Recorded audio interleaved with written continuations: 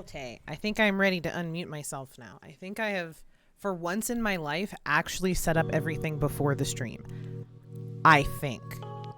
And I say I think because I could be very wrong. Like, knowing myself, I could be very wrong. But I'm hoping that I'm not wrong. You know what I mean? Like, I'm hoping that for once in my life, I got it right. But good to see you, Destroyer. Good to see you, Marco. Happy Saturday. Hope you're having a good start to your weekend so far. Damn, I knew being horny on Twitter would catch up with me. Exactly. Exactly. Dio, in remembrance of Best Girl, I'm gonna need a Mel cosplay. On my dollar. Please just ease my pain. I can't stop crying. Okay, I ain't gonna spoil Arcane because I know some people didn't have a chance to watch it last night. I did watch it last night. I could consider cosplaying Mel, but I'm not gonna lie to you. My heart looks at Vi, and I want to be her. I have to be her. I want to so bad. But also, good to see you, Z. Good to see you, Jabberrock, as well. How's it going? Happy Saturday, everybody. Hope you're having a good start to your Saturday. I'm happy to see y'all. I'm having a really good start to my Saturday. I did stay up late, so I didn't sleep in as late today because I wanted to watch Arcane. Those who could stay up late did watch Arcane with me, which was really nice. But I also understand, you know, not everyone can stay up till the dead of fucking night. You know? So, I understand. It was out at 9 in the morning for you, but you had to go to school, right? Like, so unfair. Vi out here got Caitlyn crying herself to sleep for real. It was so good. Oh, Arcane was wonderful. I'm not going to spoil anything because I know some people still haven't had a chance to see it. And, like, Netflix did the fun of, like, releasing it at a time that's, like, good for some people but not good for others. So, I want to give everyone a chance to see it, so I'm not going to spoil anything. Just because that would be mean. But I will say I really enjoyed it. If you haven't seen it, I highly recommend you go see it. It's well worth your time. Yeah, you should watch Arcane. That's what I'm saying, is you should watch Arcane. But you're watching me right now, and I have something really cool to show you. Before we get started into Detention, I have a couple things to show you. As many of you may know, Twitch added a whole bunch of emote slots. I've had follower emotes. We got some additional sub emote slots. We got animated emotes. So if you're a sub, right now you have a whole bunch of emotes that you can, that I've moved from, they were originally cheer motes. They're going to go back on cheer motes, once we get some new emotes. And I have some previews to show you today. I got permission from the artist. They're probably going to be coming, before next week's stream, which is really, really exciting. Before next week, you'll get to see the new emotes. They'll be done and they'll be live. But I wanted to show y'all some of them as a preview of what you're going to get. And I made sure to get permission from the artist to make sure that was okay first. So, you will get to see. I just saw the funniest message, by the way. Stream Elements timed out Streamlabs for 1 second. Ask for permit before posting links. I guess Streamlabs is still active in my channel. I will have to change that later. Can't believe crazy thing happened. Oh my god. I can't believe it either. Anyways, I'm going to show y'all real quick. So here's 3. You're going to get to see 5 emotes. 5 of 10. There are 10 emotes total. Here are 5 of them. Here are 5 of them. So I'm sure you can see what's going on with this one. But, you know, I couldn't not give you guys more Ilya emotes, right? Especially not, you know, an exploitable long Ilya that you could combine with, you know, anything you felt like, right? Additionally, I did take some suggestions from the emote poll, because that was one of the subathon rewards was a new emote. Guess what? Instead of 1 new emote, you get 10! You get 10 for the subathon. Poggers! So one of the suggested ones was a crying emote. We gotta cry sometimes. Sometimes things are fucking sad, you know? Like Arcane ending. So we gotta have a sad. We gotta have a sad. And one of the suggestions that I really liked from the poll was the, this is fine. This is fine. So we're gonna get one of those too. So, yeah, these are 5 of the new emotes. So this will be one. This will be one. And I mean, obviously, this looks like one big emote, but it's 3 emotes. It's 3. There's an Ilya front, an Ilya middle, and a mid Ilya back. So those are some of the new emotes that are coming along. So be on the lookout for those. If we're lucky, I don't want to rush the artist, who is Nyanbi Uwu on Twitter, and their emote work is just incredible. Like, holy crap, these look so good. I'm so excited. But I don't want to rush them. But they were telling me that they were planning to get these all done in the next couple of days. So if you're lucky, you should see these as soon as Tuesday stream. But if not, I'll let you know when they are live.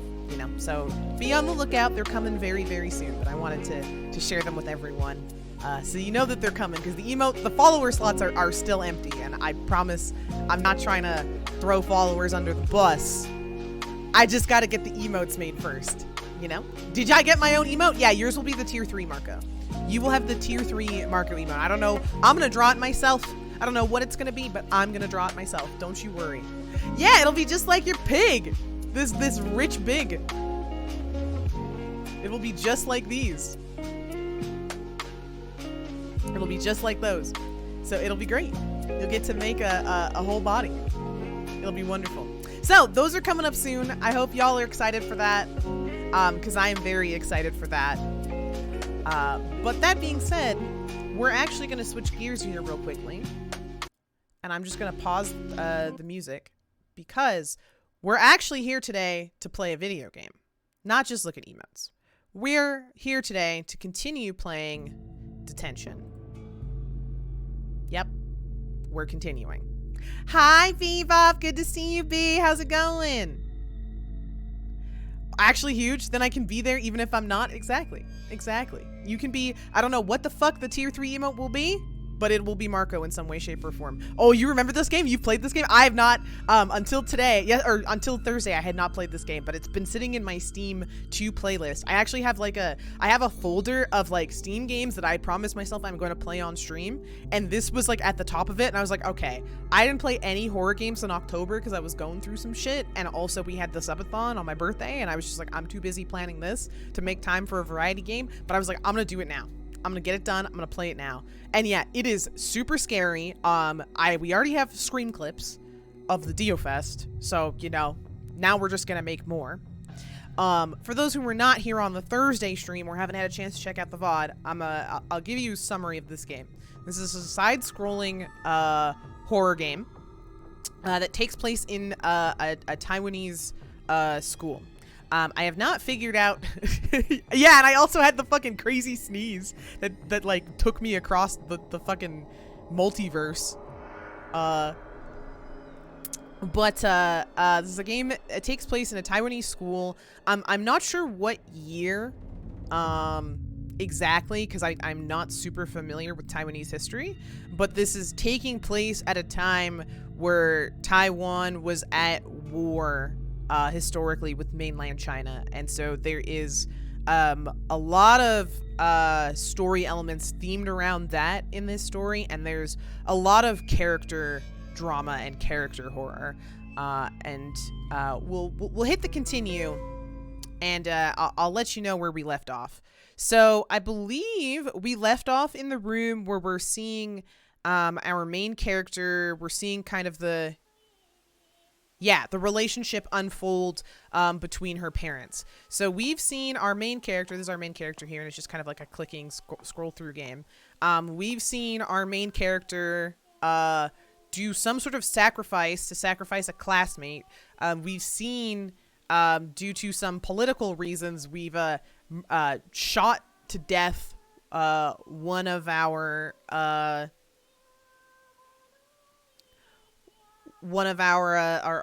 teacher.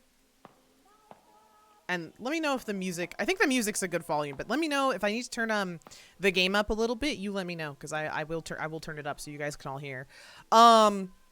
We're now exploring our home life, and we're doing so via this radio. So every time we adjust the radio and tune it to a station.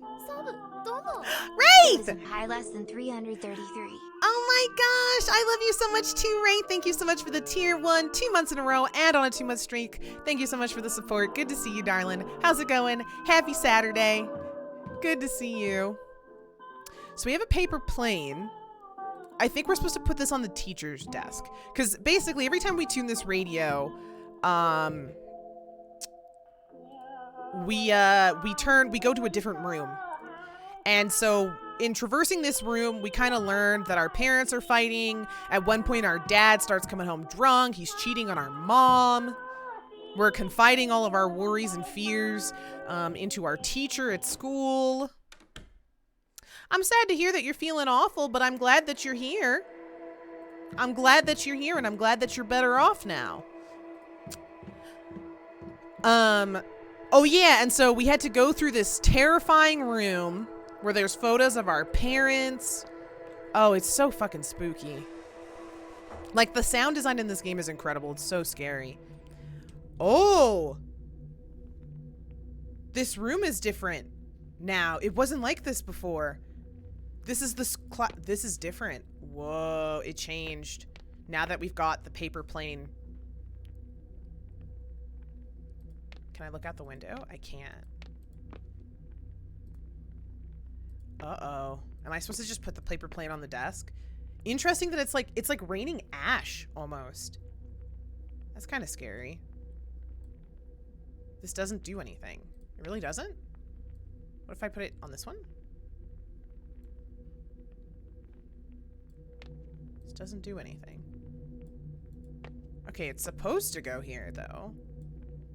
Am I supposed to put my notebook there? No. Okay, I'm supposed to put something on the table. But maybe it's something I don't have yet. There's kind of like a puzzle, like problem-solving element to this game, which I really enjoy. It's supposed to be snow. Okay, I wasn't sure if it was like snow or ash. Actually, wait, I want to try one more thing. So I kind of don't remember what we were doing. I'm pretty confident we're supposed to put something. What does this say again? Toss my worries out and receive your guidance. So am I supposed to throw this in like a garbage can, maybe? How do I open the journal? Oops. What's the last thing in my notes? Oh! That's right, the radio station. The new radio station's channel is 103.0. Okay, yes, I remember this now. I remember. Hi, Caleb. Good to see you. I'm doing super good. I had a super good start to my day, so I'm really excited to play more Spoopy today. I hope you're having a good start to your weekend. All right, so I think we need to go back to the radio. And we need to tune it to 103. Because that's what we have in the notes. There was one other... Right, this was the other room that we saw when we tuned the radio. But we've already explored all of this, so I'm not gonna go through it a second time. This is where we got the paper plane, I believe. But our note says we need to go to 103, so I think we need to, that's a new room. I mean, unless this is near Mount Fuji that has erupted and this whole game is a hallucination from the toxic gases as we see the last moments of our MC before they succumb to poisoning. But Mount Fuji's isn't...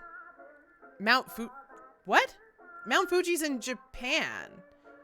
I mean, like, it's a big fucking volcano, so I guess if it had erupted, you know, it would... The stuff would hit, you know, China and Taiwan. But... What? Yeah, it's a Taiwanese game. This does not take place in Japan. This is a Taiwanese game.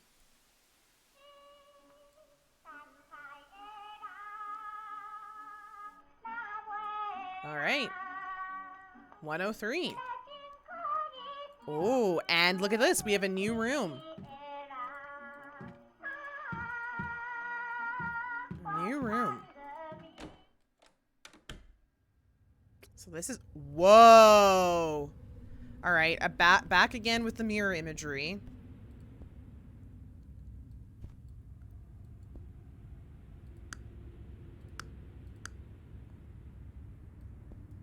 Whoa! Did you see that? That's kind of neat. It's us in the mirror until we turn the light off, and then it's a dude in a hat. Interesting. Oh, and then he's going the opposite way. Interesting. Interesting. Chair on the ceiling. What'd she do? What the dog doing? Well, very well. Then it is near Tengchong. I don't know. This is my unculturedness showing. I don't actually know much about the relationship between mainland China and Taiwan, besides that there's conflict there. That's all I know. That's it. I don't know like the timeline of that.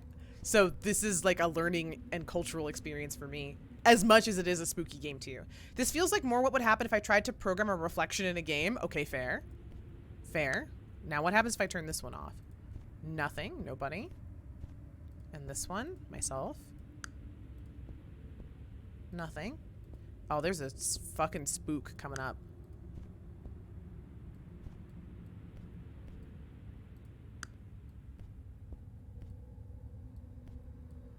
I wonder if that's a puzzle for me to solve. The doorknob turns, but it won't budge. Follow that shadow in the dark. Then you will be closer to the truth. Okay. Okay. That makes sense. So, which we went... Okay, yeah. So he went... He's going the opposite way here. So this way? Do we go back out the way we came? Oh, or do we have to flip this? Oh, flip the switches to keep the man going forward. Okay, so this is forward. This is backwards. Ah, yep. Okay. Damn, y'all are smart. I was like, oh, maybe I have to like flick the switches in a certain order, but y'all figured it out instantly. Okay, and then so this one, oops, on, because now he's going the same direction as us. This is really cool. This is a cool little puzzle. Okay, cool. And now the light's on. Look at that. That's really, this is a really, like, I really like some of the puzzle design in this game. And for those who didn't see the VOD, like, I actually encourage, like, take a look at the VOD, because the earlier puzzles in this game are really neat. I really liked them. I feel like they were very well designed. But let's go. Bada bing, bada boom. Father's study is always neat and tidy. He always gives off an air of seriousness with a little bit of his own humor. Okay, so this is our dad's study. That's the door. Anything here for us to investigate? Kitchen.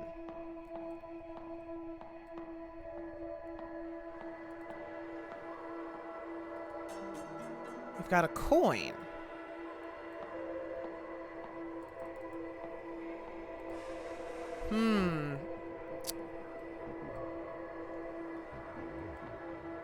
Uh-oh. I hear a spooky scary.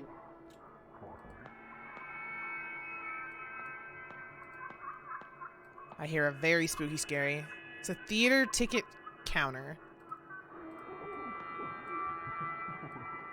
Why are we going to the theater? The door's shut tight. This doesn't do anything. This doesn't do anything. Oh! It doesn't do any. I was like, oh, I have to pay.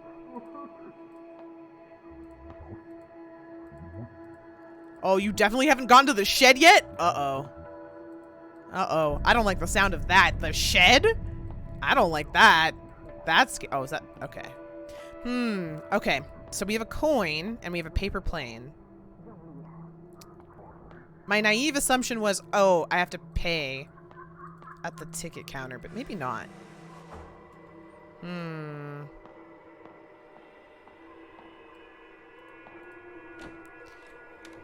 Maybe I have to put... Oh. I drew this when I was little. It was always kept, even when we moved the furniture around. Oh, the little drawing! Right there.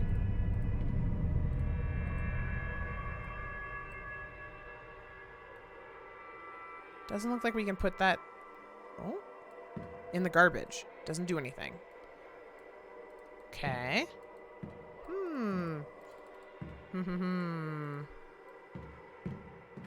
So I'm missing something.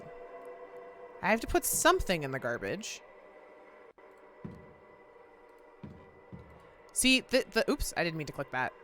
The paper says, toss my worries out and receive your guidance. So that's why my thought was like, maybe I throw that in the garbage, but maybe not. So, okay. Let's see what else is around. We've gotten a coin. That's the one new thing that we have.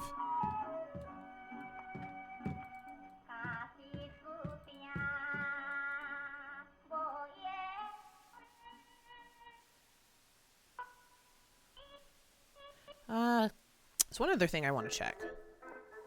Was it this one?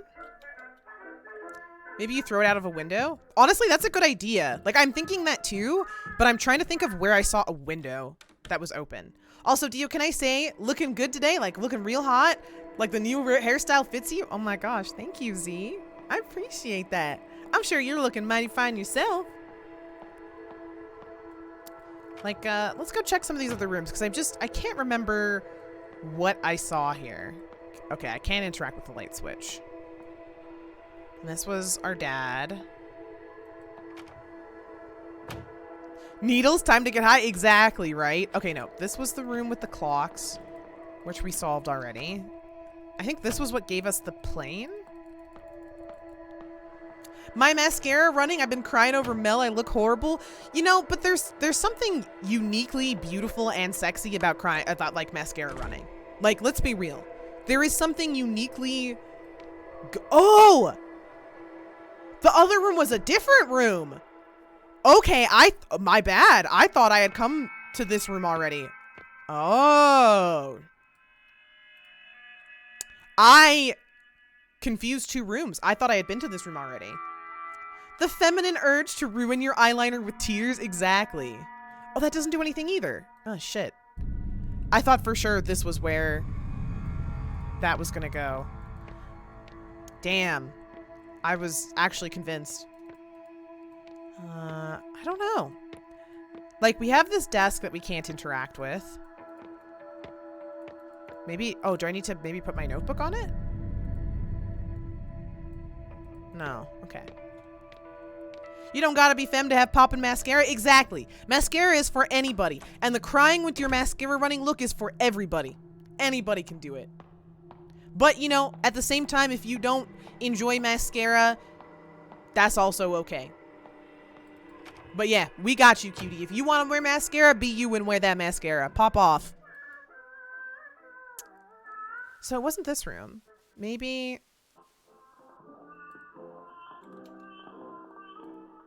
Oh! The piggy bank!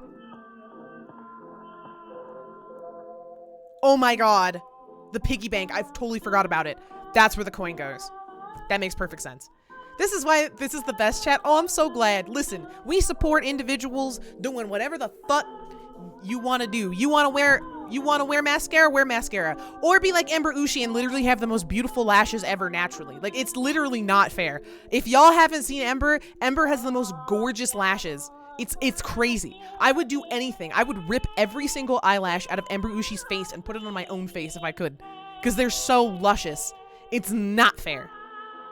I wish it was normal for men to wear makeup, could hide all my acne. Yeah, like, I think so too. Like, tons of people have insecurities or like want to highlight certain parts of their face or, you know, this, that, and the other thing. I think everybody should be allowed to wear makeup and it should be socially acceptable. You know, it shouldn't be fucking weird if you have a pimple and you want to cover it up today. You should just be allowed to do that. No one should be like, oh, that's too feminine for you. Fuck no. Makeup's for everybody. I agree.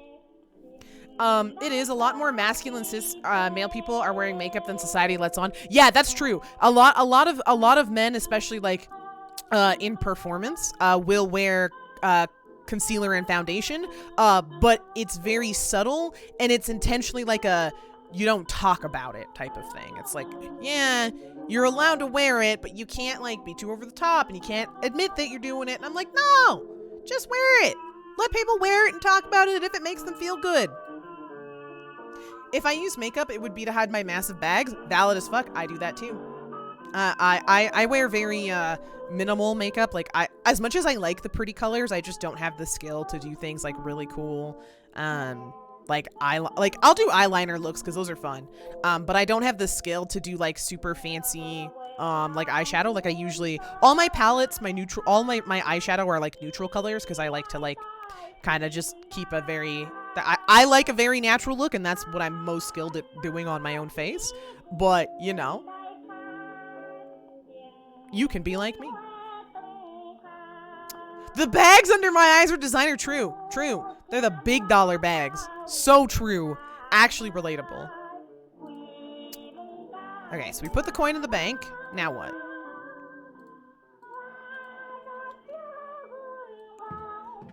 Do we go to the other room? What happens? I'm curious now. If we go back to the other room where the piggy bank was broken. Aha! We got a movie ticket. Okay. And so now with the movie ticket, we can go to the movie theater. We figured it out. We've cracked the code. We've cracked the code.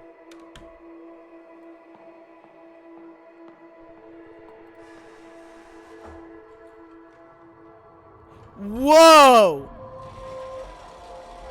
Oh shit. This is psychedelic as fuck. God, the aesthetics and the art of this game are incredible.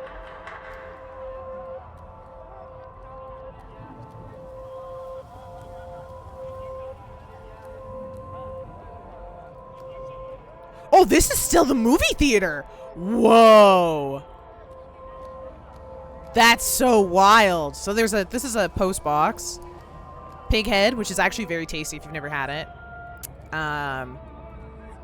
That is a brain. That is indeed a brain. Brain juice. Yum, yum, yum. And some some chicken carcasses.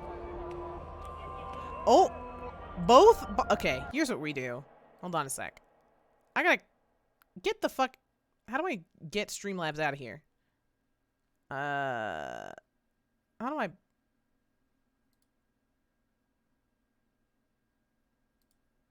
Ban Streamlabs. Out. Out.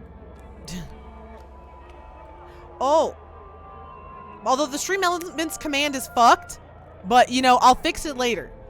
Listen, I'm learning, okay? I'm learning. So, just forgive that it's a little messed up.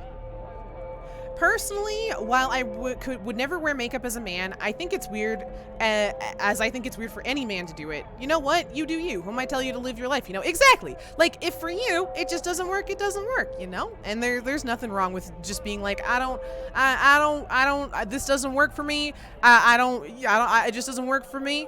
But if it works for other people, it shouldn't be it shouldn't, be like some awful thing for people to just do things and be happy.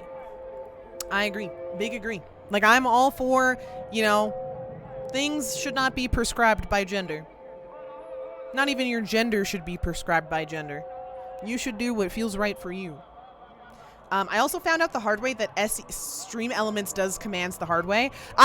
Yeah, it does commands differently. I changed some of the variables when I moved the commands over, but I think some of them I've got not quite right, and that is one of them. I just want to hide my acne because my face is constantly bleeding and sore, and that's totally fair. Like, I remember when I was a teenager, that was the biggest reason I got into makeup, was I had acne at a very early age.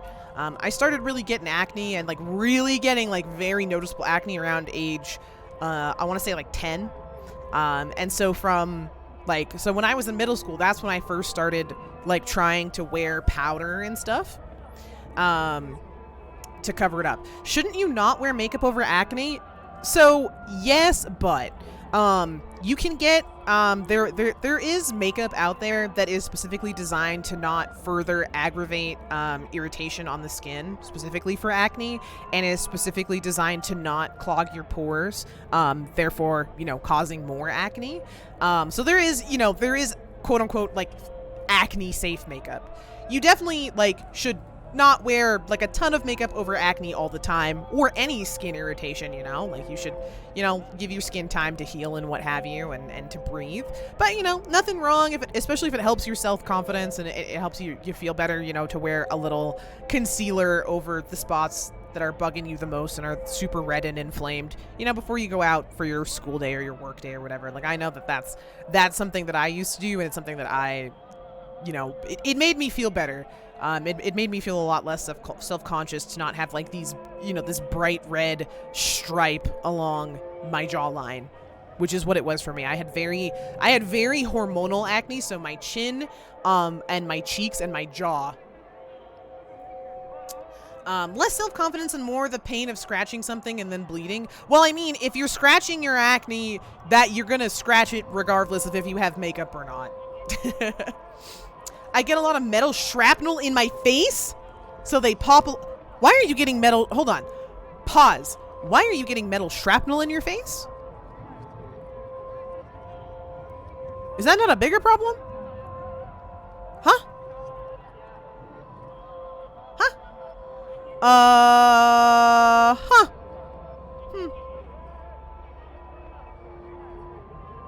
I work at a lathe and a milling machine. Can't you put one of those, like, face masks on? Like, even if it's a clear one, like the COVID ones, to at least keep the shrapnel out of your fucking face. Jesus Christ. You don't want that on your face. Wear some facial protection, my guy.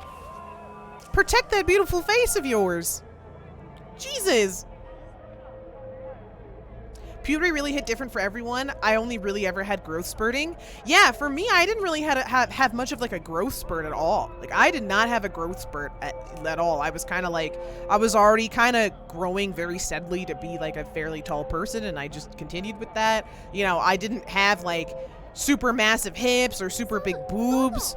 But man, the facial acne and the body hair for me was a lot. Sassy Vi, thank you so much for the tier 134 months. Welcome back. Thank you so much for your support. It's good to see you. Happy Saturday. How's it going? All right, I guess we're going to go see a fucking spooky movie. Yeah, I think you need more than safety glasses, though. I think you need a face shield. I think you need more than just to protect your eyes. You should also protect your entire skin as an organ. You should protect it.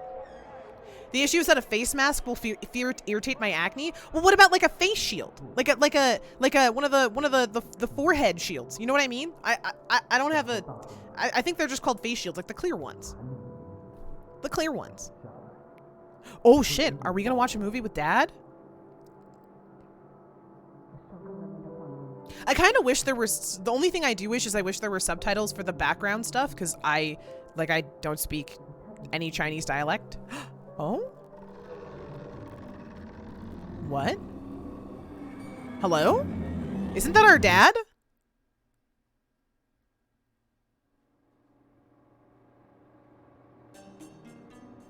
And now we've got the white deer Jade pendant. When did we lose that? Now that you mention it, I don't even remember when that left our inventory. For me, puberty meant that I could no longer hit the high note Galileo in Bohemian Rhapsody. A nice trade-off is I can hit the low note Galileo. Well, let's go.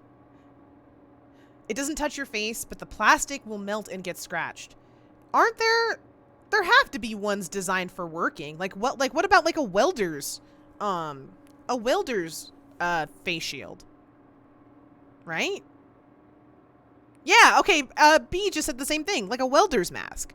Because then you can still see, but it's also protecting your face. It's not pressed up against your face. Because, yeah, you gotta wear some PPE. That's important.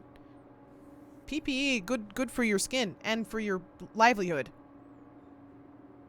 If the best protection is face skin, then the solution here is quite obvious. Face harvesting season. So true! Just give me your face.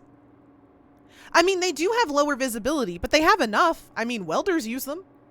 And they can do their job safely and see. All right, so where are we going next? This is very different. That was our dad, right? Like, what just happened? Welders literally cannot see? Yes, they can. I've worn a welding helmet. Like, yes, the welder's helmet does dim. That is true. It's dark so that you don't like blind yourself with the light from the metal connection. That is true. But I'm pretty sure you can get ones that aren't tinted, like that aren't for welders. There has to be like masks designed specifically for metal workers to protect you. Like, definitely, like, having stuff pressed against your face can be an irritant or can aggravate your acne, but like, for real, like, not having PPE on and like having your skin be like getting nicked with like metal particles and like little metal shavings is definitely going to be worse for your acne.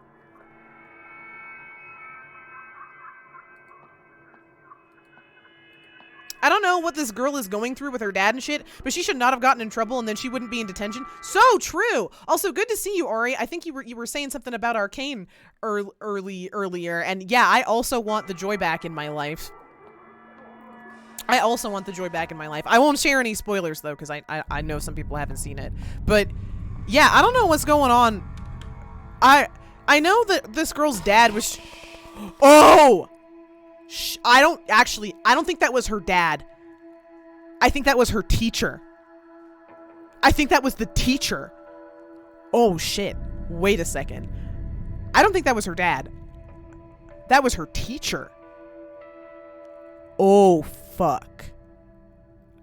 Oh, this is fucked up. And I think that's why we're seeing images of the... Oh god. A note on the floor. Search warrant. A search warrant issued by the district court with a list of public officials involved in a bribery scheme. When I went home that day, Father had already been taken away. I asked Mom what had happened, and she quietly replied, "Dad got his hands dirty, but he'll live." Hearing this, I felt as if she was smiling underneath. Right, because the dad was cheating on the mom. And the mom was really, like, he was drinking and he was taking home girls. So I think she had had enough of him. Like, they were fighting.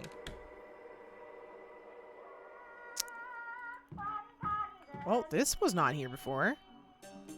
Assignment book. Alright. So, I think I know where we're going. With the assignment book, we need to go back to the classroom. And we need to turn in our assignment to the teacher. Because, yeah, our dad is here. So that... Oh, this is the wrong room. I'm going the wrong way. I think that was our teacher that we went on a movie date with, which is very fucked up. But I can kind of see how the plot is thinking here. Because I bet you the other teacher... Yup. The other teacher... Oh, shit.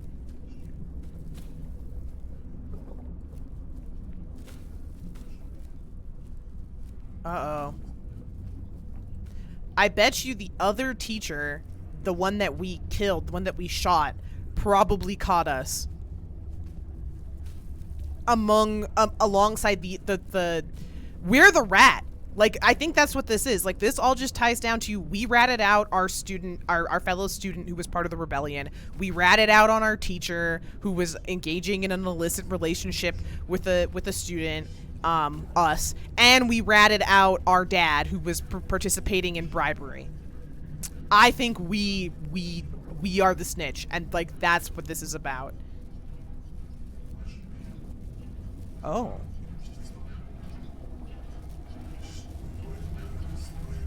The teacher's desk. On it are plenty of assignment papers. Yeah, this was the room. All right.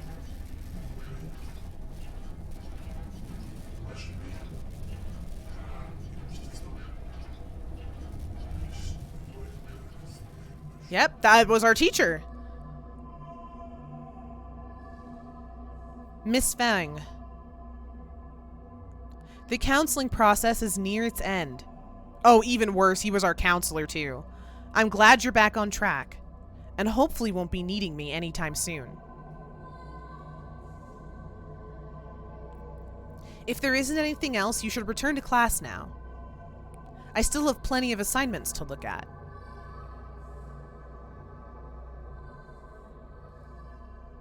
Huh. What if we said snitches get stitches, except it's real? True. Counseling records. Okay. Counseling records. It's over. No matter what's written on here, there is only farewell. Ooh. Am I a student scorned? Am I taking this shit out?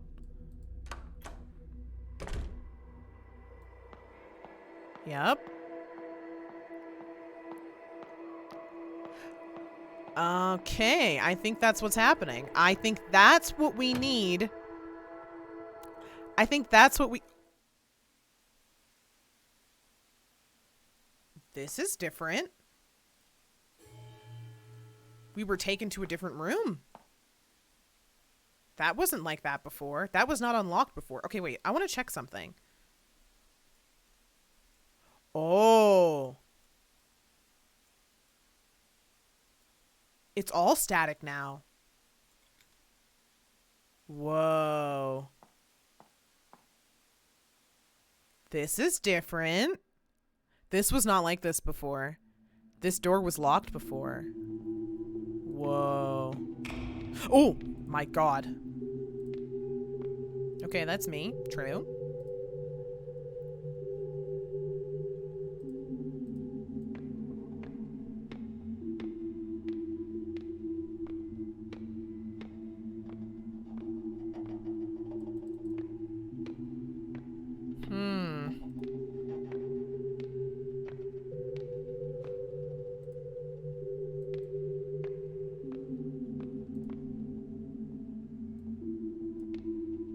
This doesn't do anything.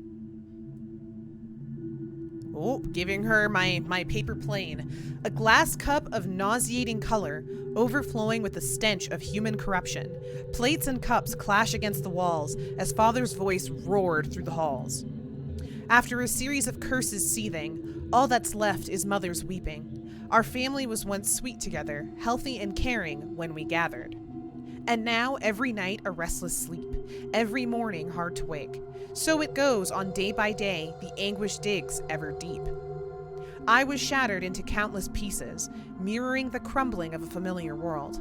In a state of ceaseless decay, plunging into a river of despair, floating in limbo for the rest of our days.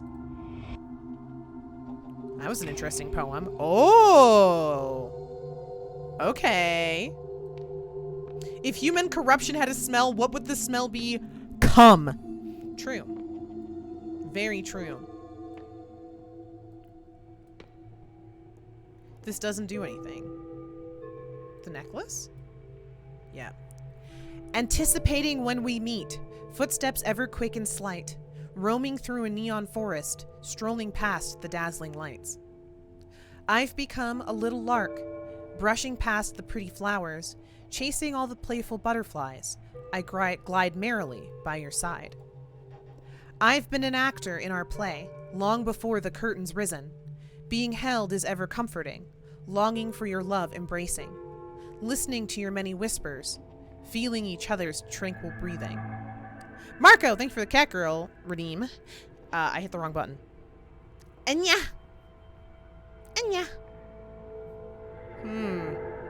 The white deer walked into my grasp. What a pleasant surprise. What a turn of fate.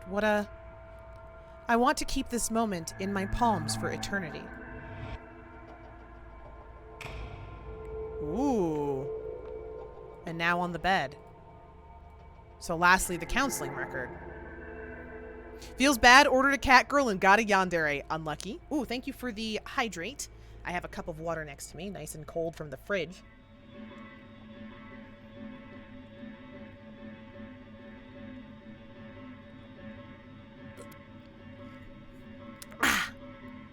Yummy. True. I'm always thirsty. All of a sudden, we stopped meeting. You became distant bitterly, colder than the sun could melt, air around you freezing instantly, and my frozen body's beating heart with each pulse tearing itself apart. Again, I'm left in abject solitude, In a house that I call home, in a space that I call school, a walking corpse whose mind's without, a sense of loss that's drowned with doubt. Oh my god. And you know where this all started? In the auditorium at the school. And look where we are. This is the auditorium. This is the stage. Oh shit.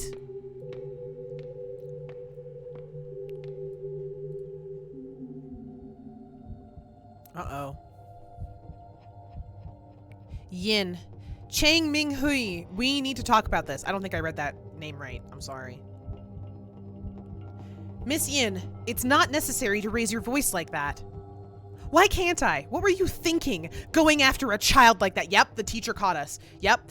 We were in a relationship with one of our teachers, and the other teacher, the one that we shot, caught us. Yep.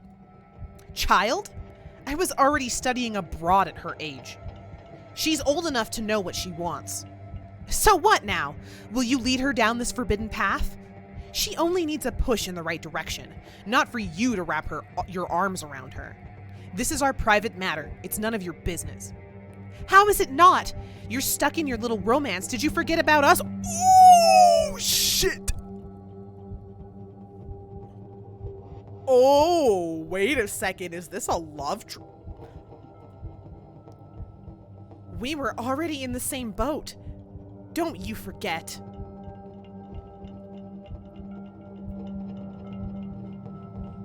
Was the other teacher, were the teachers in a relationship too? Oh my god.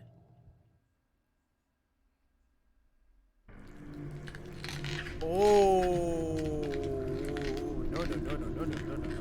No.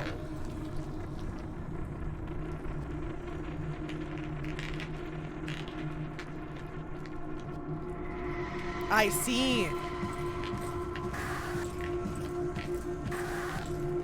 Oh my god.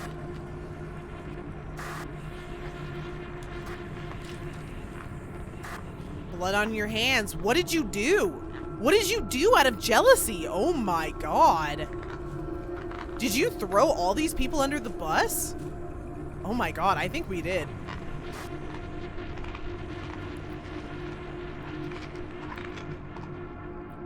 Oh shit. A painful recollection. My soul is shattered into pieces. When I cannot put myself back together and forget everything, I open my eyes and welcome a barren world.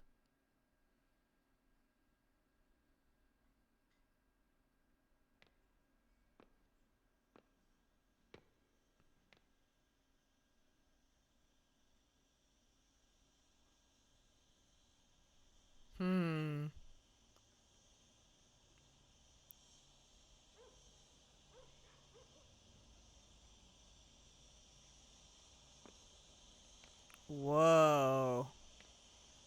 Wait a sec. This is now the present day, right? That's what this looks like.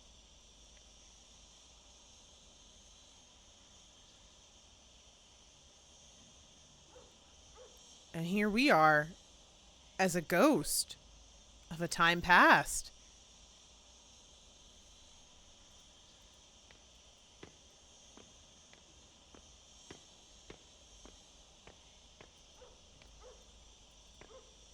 Whoa.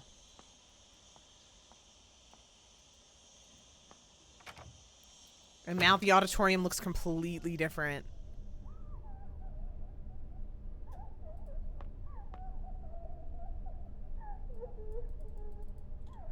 And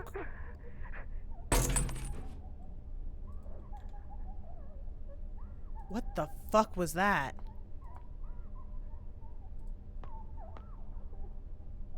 Our life would vanish, but not our guilt. I am you, yet you are not me. It's the sin that makes you linger in this realm. Memories like mirrors reflecting the true likeness of your soul.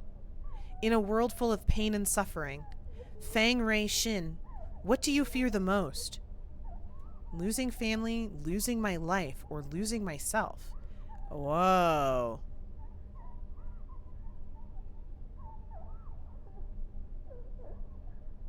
I don't know. I don't know what she fears the most. They always cry once I start eating the chess pieces. True, true. They aren't ready. They aren't ready for you to just munch. They aren't ready. I think she fears losing herself the most. Believe that we are all born free, eager to walk on your own path, and afraid of losing yourself. You are me.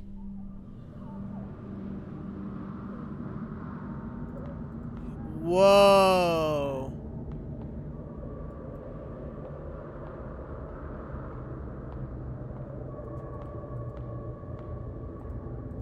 So what happens? Oh, I see. So that's how we're going to navigate through this. Okay, this is curious. All right, I want to, before we explore some of that, what happens if can we leave? No? What happens if we go to the other side? Okay, this is interesting. So this is clearly like the present time, and someone came to see the stage. I don't know who that was.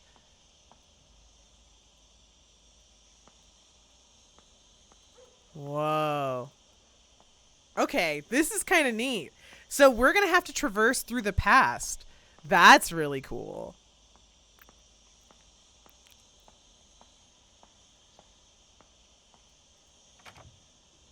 This is super neat. All right. In which case, wait. Oh, I can't switch to the other ones. I don't get the choice anymore. Okay. Well, I guess we explore. I guess we find out what the hell is going on.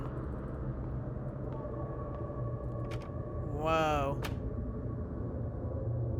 Man, the horror and audio design of this. Oh, we're back at the start of the school. Like where we hiccup, where we first started. The upper floor classrooms. Okay, so we can go up the stairs here. What's on the other side? I just want to know if we can access any of these rooms. So this is where we met Wei at the start of the game. Or rather, where we played as Wei at the start of the game. And we can't interact with any of this stuff. Okay, no, we have to go up the stairs. Doesn't matter which way we go. Okay, so we can go in there. Just curious if we can access any of the other rooms that were here. We can. Okay, so this is curious. Hi, Cement, good to see you. Welcome back. How's your weekend going so far? We've found out that our main character was having an illicit relationship with another teacher. Okay. So now we have another ghost we can talk to. The way forward is the path to your past. However, the road ahead has crumbled. Lead me anywhere and I will follow you like a shadow. Whoa. This is so wild. Well, good morning.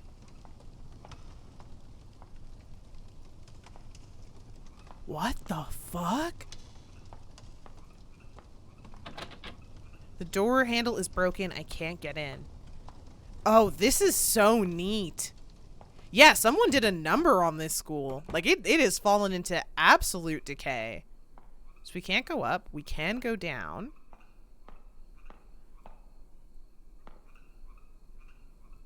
Oh.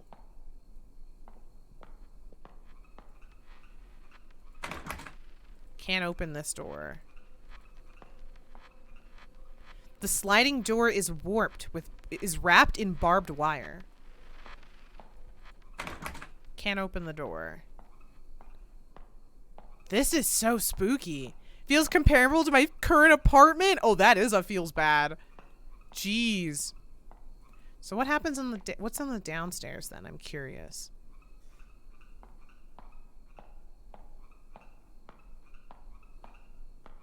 This is so strange.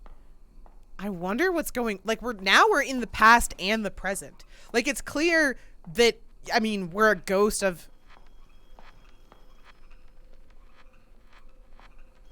who can be calling at a time like this? Well, we'll never know. So that's going to take us back up. Was there an option to go further down? I don't quite live in squalor, but squalor adjacent. I mean, I know what it's like to live in a place that's kind of scuffed, because the house that we rent it's in the ways that it's good, it's amazing. But it's when it's scuffed, it's big scuffed. Like, unbelievably scuffed. I feel like this isn't the school, but it's the state of her mind. Honestly, you might be right. Rough around the edges. Yeah. Our current living situation is a little rough. The shape of the house is pretty, it's pretty rough. This is such a cool effect.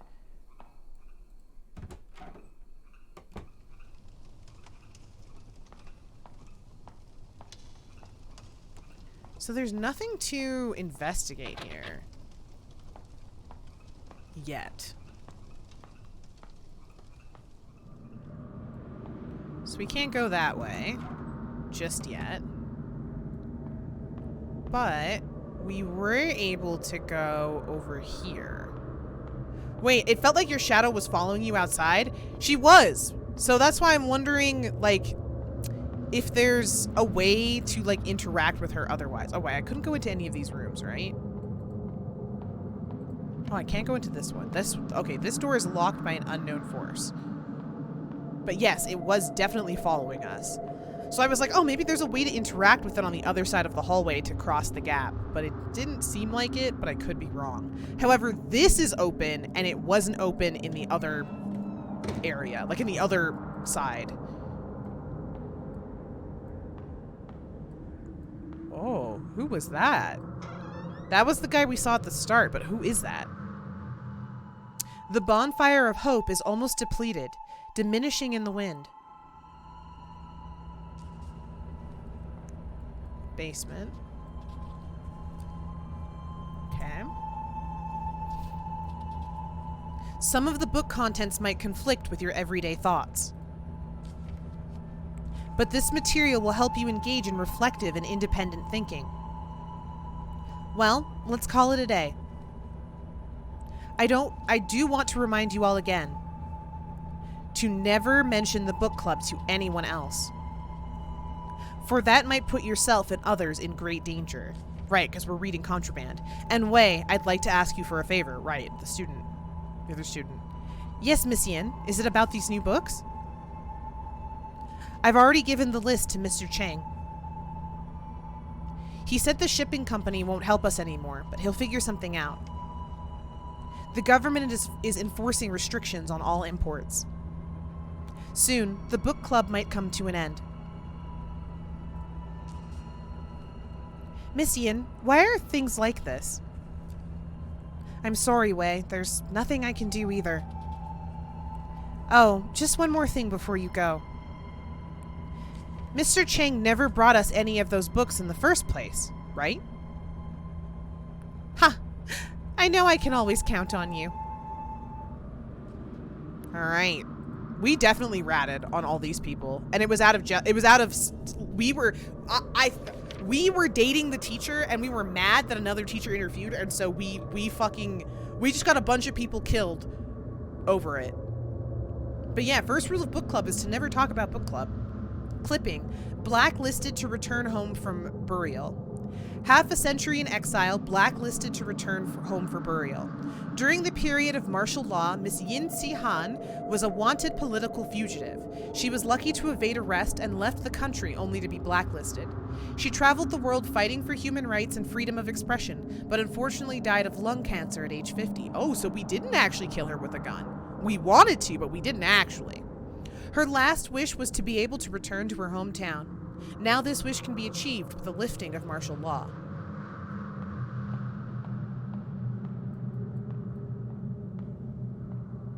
Okay, interesting.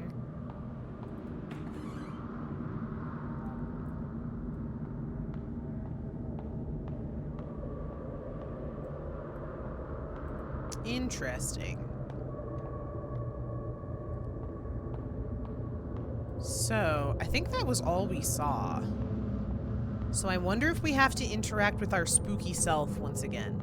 Because we didn't see anything on the first floor. Unless that's changed, which it could have.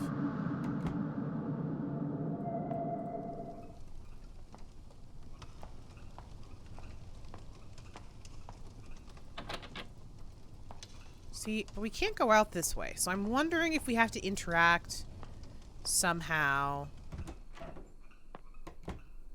Because our shadow is here following us, right? I'm wondering if we're able to interact with her here somehow? No. We can't open the door. This door is wrapped in barbed wire. We can't open that door.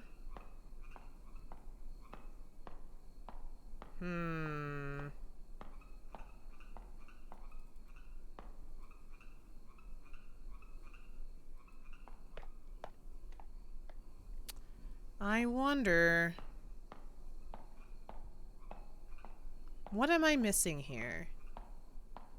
I'm missing something, but I don't know what.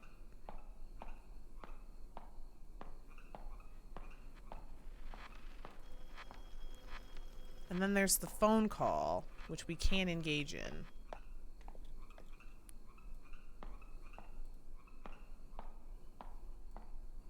Oh. I see what we did. I see. We put the shadow on the other side. We did it. I see. We had the shadow follow us. Now our shadow is on the other side here. I got it. Remember when you enrolled, so full of passion, participating in every school activity, showing off your academic abilities, grabbing the attention of your peers and teachers, and then things took a turn for the worst at home. All of the attention quickly turned into unwanted scrutiny. Exactly. Listen, I call that task failed successfully. I solved the puzzle by accident. Task failed successfully. So you chose grim acceptance to escape. To turn a blind eye. I wonder if what the choices that I've made, that I make here, affect the endings. I'm curious. So you chose to...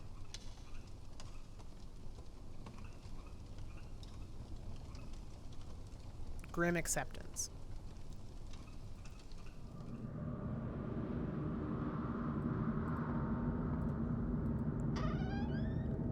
Let's see. This place is completely lifeless. Even ideas are buried here. Burning books. Burning the contraband. Indeed. Remember to thoroughly destroy each book and add the spirit money to throw them off. There can't be any intact pages, or else this would be for naught. Hey, Wei? You're closer with Miss Yen. I heard that she had to flee the country overnight. Is that true? I'm not sure. She never said anything about leaving. Unlike Miss Yin, we don't have any connections to guide us to safety. Aren't you afraid? Well, actually, what bothers me the most is...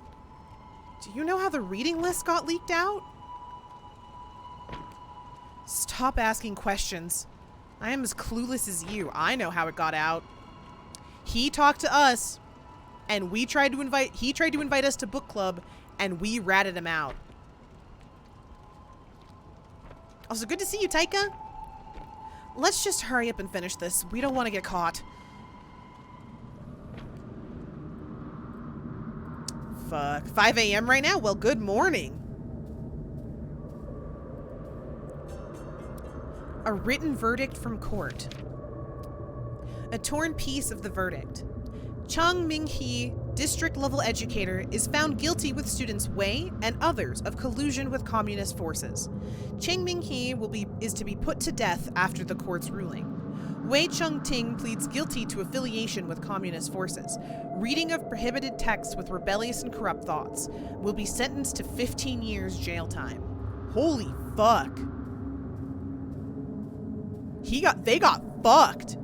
So that's why she had to run away, because she was gonna die. Or did she die? Oh my god.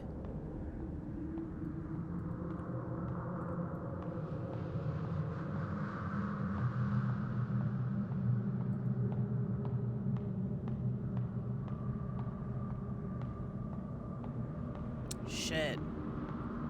Oh, and the door's open now. Spooky ghost man ran inside. To the bathroom. Oh, thank you so much for the hydrate redeem. Much appreciated.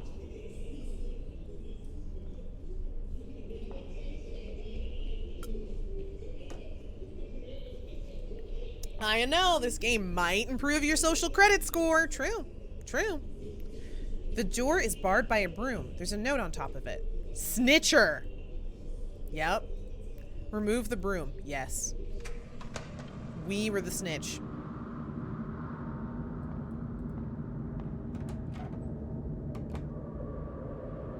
Oh.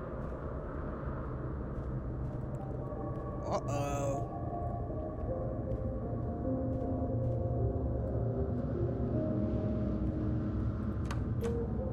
Uh-oh. The music that we played earlier.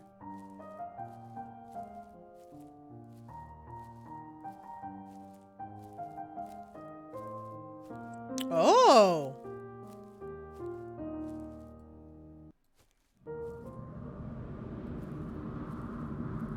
Whoa.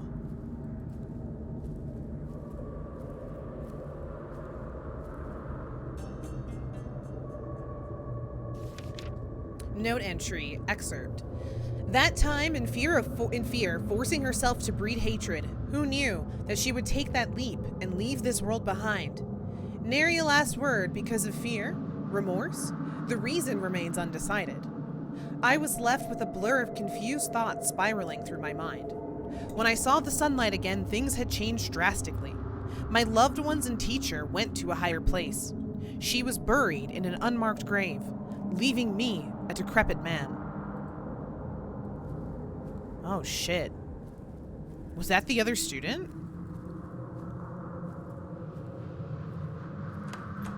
Like, I get the feeling that this school was genocided because we snitched. Oh, this is different. This is the other hallway in the school that we were in before.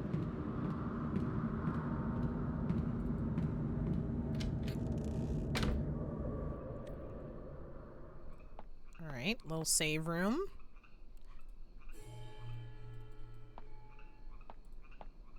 I wonder why the sound of frogs is included. What?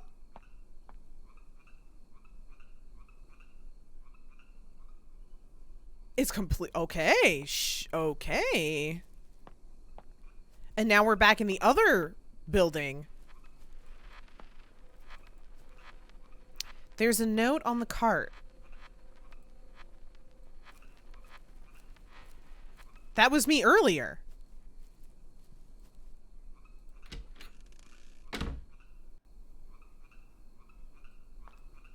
Oh.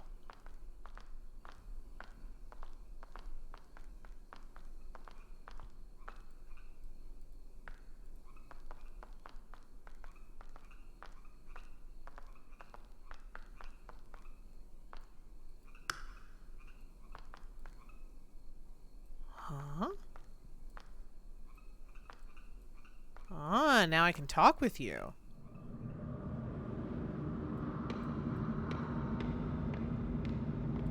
Uh-huh. I see, I see, I see.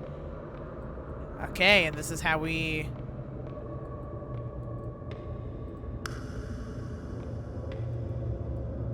I see.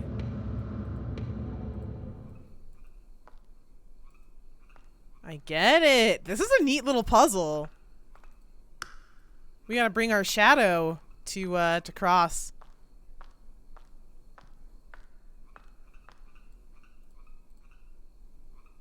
Acting immediately on one's determination, this is the philosophy he believed in. That someone should take fate into their own hands. With you following him, what ideas do you hold? Take hold of your destiny. That is a charming thought. So life has gained a goal. Next to him, you found yourself. You are me.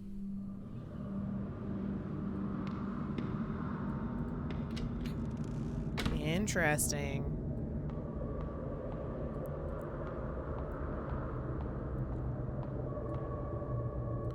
So, where do we go now? We can't go back in there.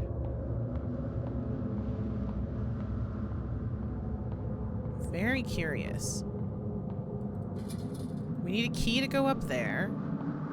The puzzles in this game are so fun and like really interesting. Like I like that a lot of the horror isn't around ghosts and like jump scares. Like they had a little bit of ghost and sort of like running and getting away from spooky things early in the game. But I like that, you know, it's really become very focused on the character and environment drama. No matter how many times this replays, nothing can be unwound. You can never redeem yourself.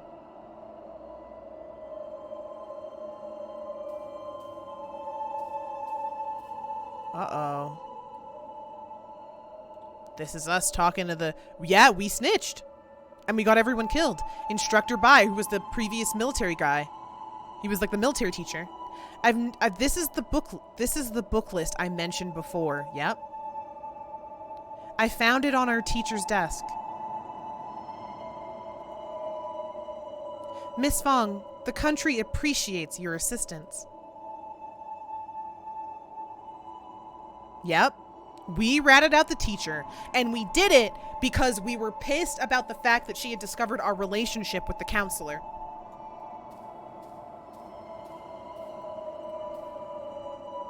Did you think finding something to rely on would stave off your fear? One day, however, he was gone just like that.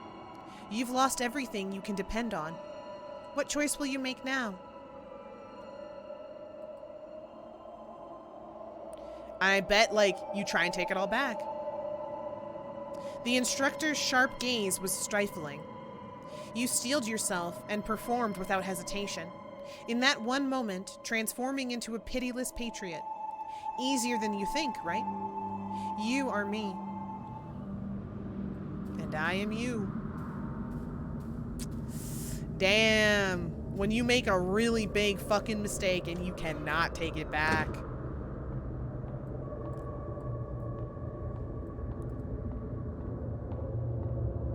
You are me? I am so sorry. Same, like if I'm you and you are me, I'm sorry for both of us.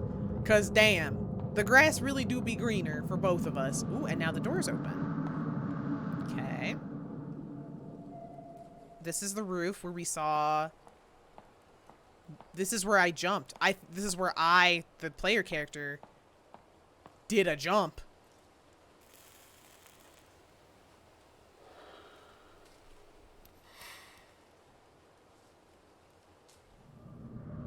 Oh yeah, I did a flip.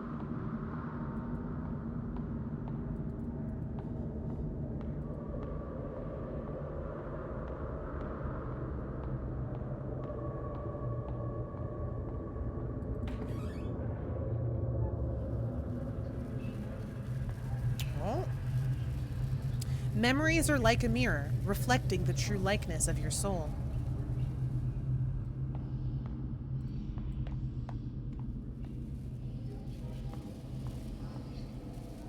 Maybe you still want to forget. Maybe you're still afraid.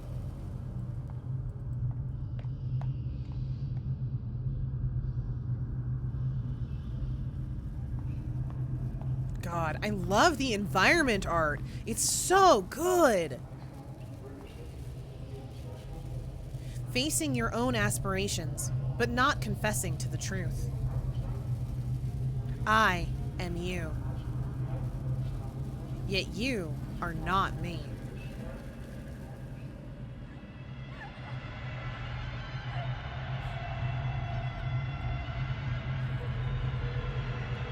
Oh my God! The river of blood from the beginning of the game.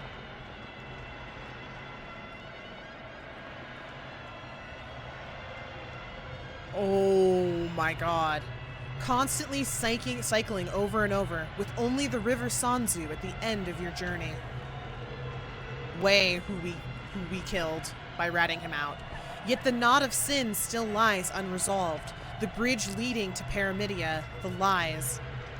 Nothing beats a nice morning swim, exactly, in a river of blood. Perfect. The teacher whom we wanted, who abandoned us, or the counselor. So the Requiem, with a warm crescendo, welcomes you once again.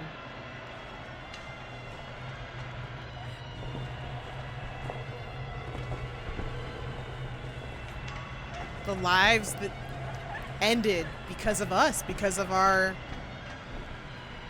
we ratted out people reading contraband. They were people who thought bathing in blood would make you young in ancient Europe. Yeah, that's true. There were people who thought that the blood of youth was the blood of a young person was the fountain of youth. Also where vampires came from? Oh! Interesting. I never considered... Ooh, and now the auditorium is full of people.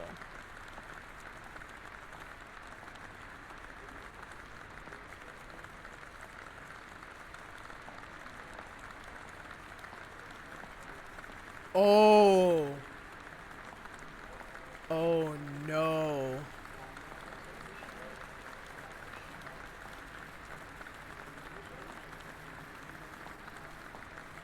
Oh, no. We only have one choice. Oh, that's dark. And for my next performance, I will now levitate. Oh my god. That's dark. A noose? Jesus. Oh my god. Oh.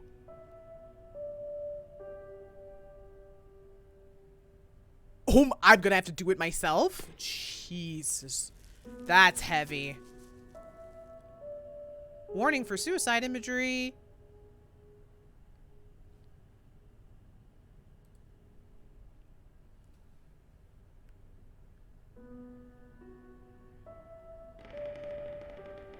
Whew. That's heavy.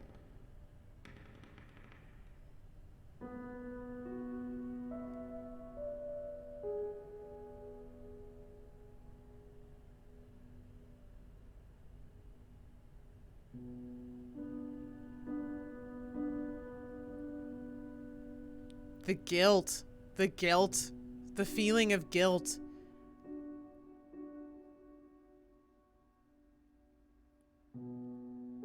Wow. Wow.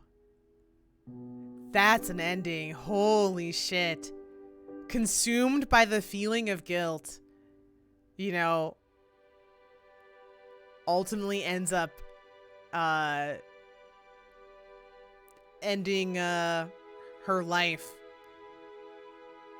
Consumed by the guilt of the lives sort of destroyed by her choice, an impulsive, selfish choice that, you know, played out in seemingly the murder of most of her classmates, the end of the school, the exile of the one teacher. God damn. Also, I have to say, like, the aesthetics of this game as a horror game are incredible. Like, the music, fantastic. Unbelievable score. And the imagery used, how that's all set up in the gameplay, actually like gorgeous. Beyond gorgeous. Like, wow. Like, I'm sure there's some things that I'm definitely missing in not having a complete context or, like, understanding. And, like, again, this is me being a little bit culturally ignorant in not understanding like some of the history of Taiwan. There's definitely things I'm missing or, like, overlooking. But wow, damn. And so now there's a chapter selection. So there's the prologue, chapter 1, chapter 2, chapter 3, chapter 4. Okay, so chapter 4 was the last one. I wonder, like, I'm just curious. And if I click about, there's credits. I have the option to continue. So I wonder, this is me just like tabbing out to do a little quick browsing. I wonder if there are multiple endings in Detention.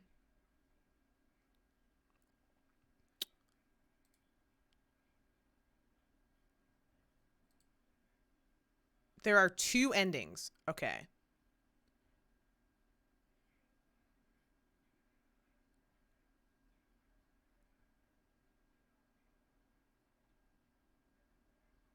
I think it's informed okay,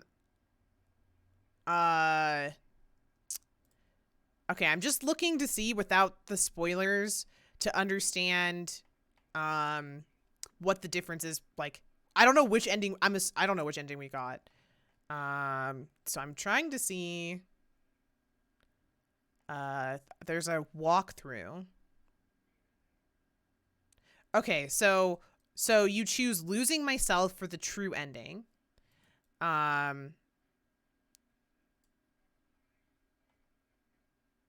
Okay, so the normal ending.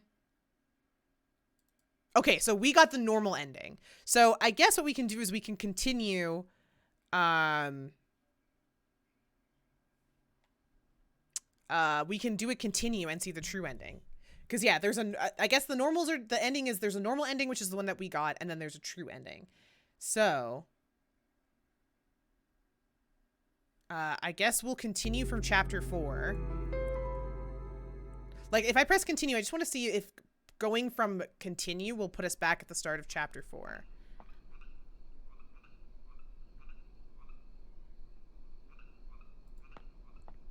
Oh, but that takes us here. Okay, so let's go to the main menu. And let's continue from the start of chapter 4, because it looks like I was curious to see if the decisions that we made, like the decisions I chose, impact the ending, and the answer is yes. Those do inform which ending you get.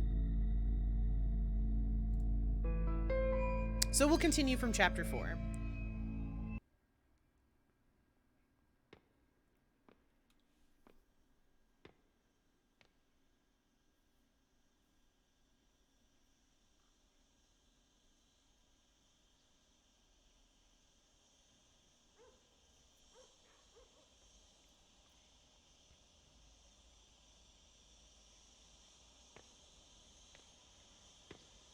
And so now we're seeing things from the present. This is a student who didn't die or who survived, and is recalling sort of like that relationship, and sort of the outcome of the situation, I think is what's happening.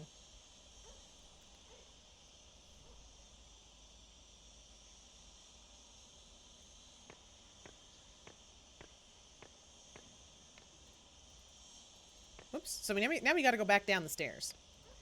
And so the endings here are informed, and I'm just going to save. That way if we mess up, we can just continue from here. But our endings are informed. The choice of the ending is informed by this decision.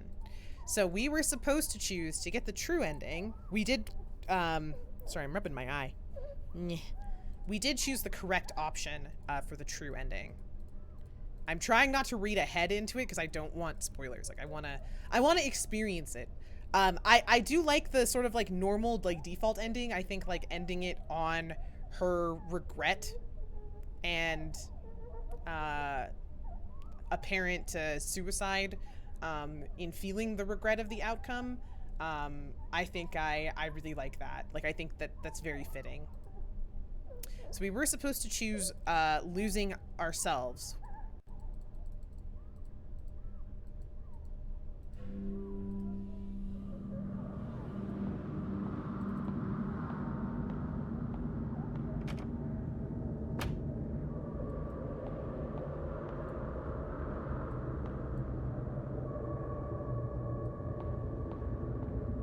And then for this one, we're going to go back. This was the puzzle that we solved on the top floor.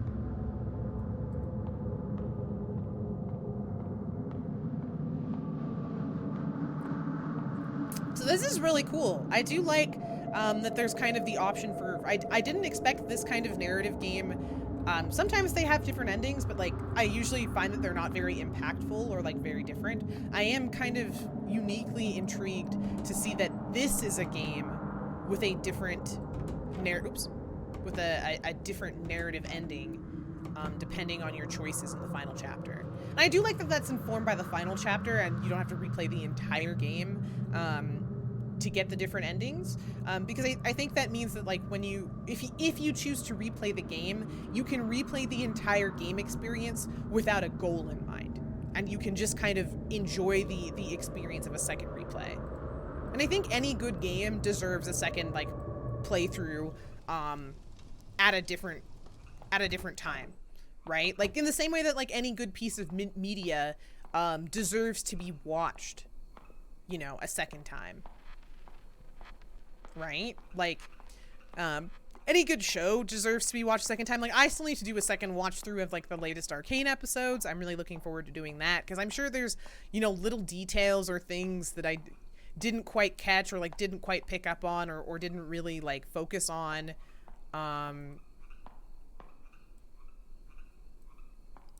just because like of the hype and the excitement of watching it as it premiered.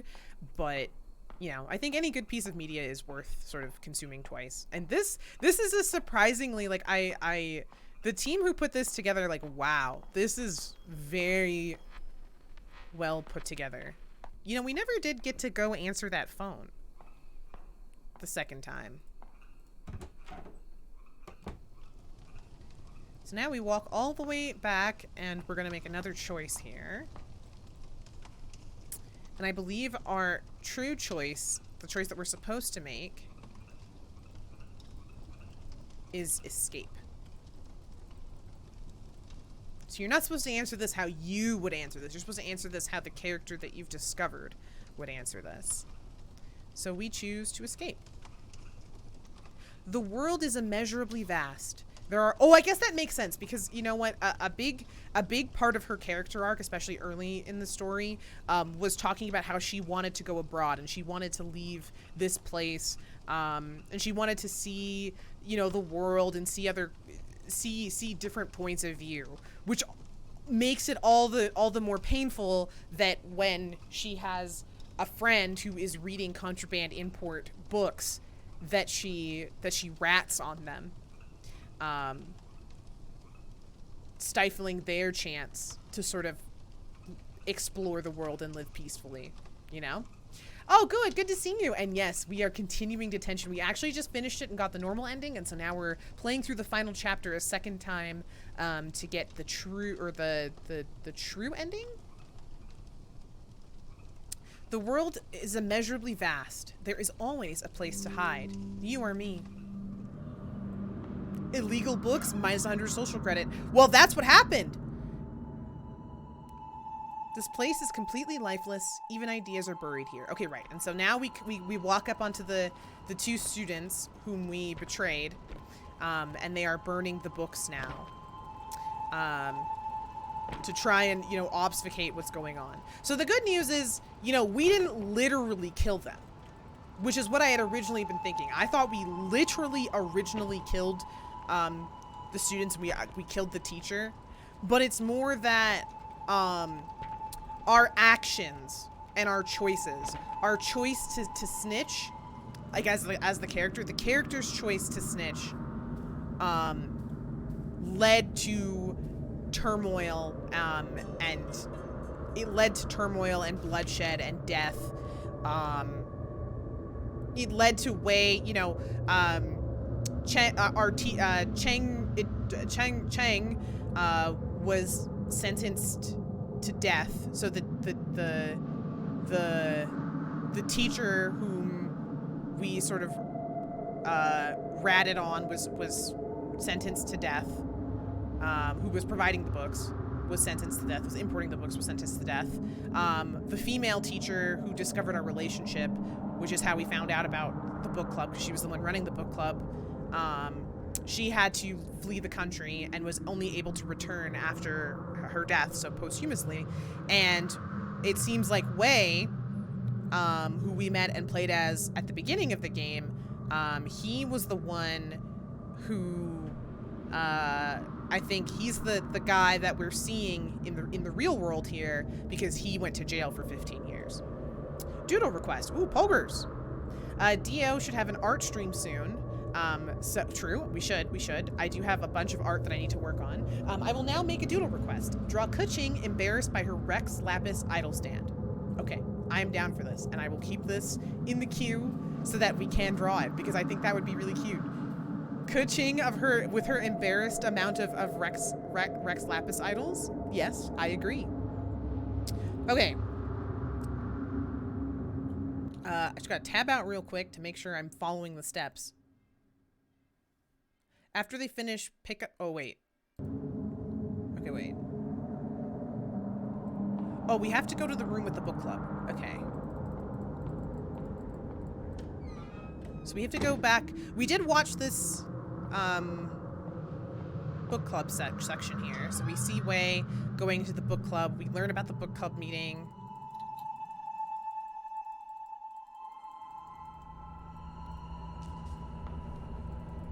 And apparently there's a piece of paper that we have to pick up here that apparently I did not pick up because I was not paying attention.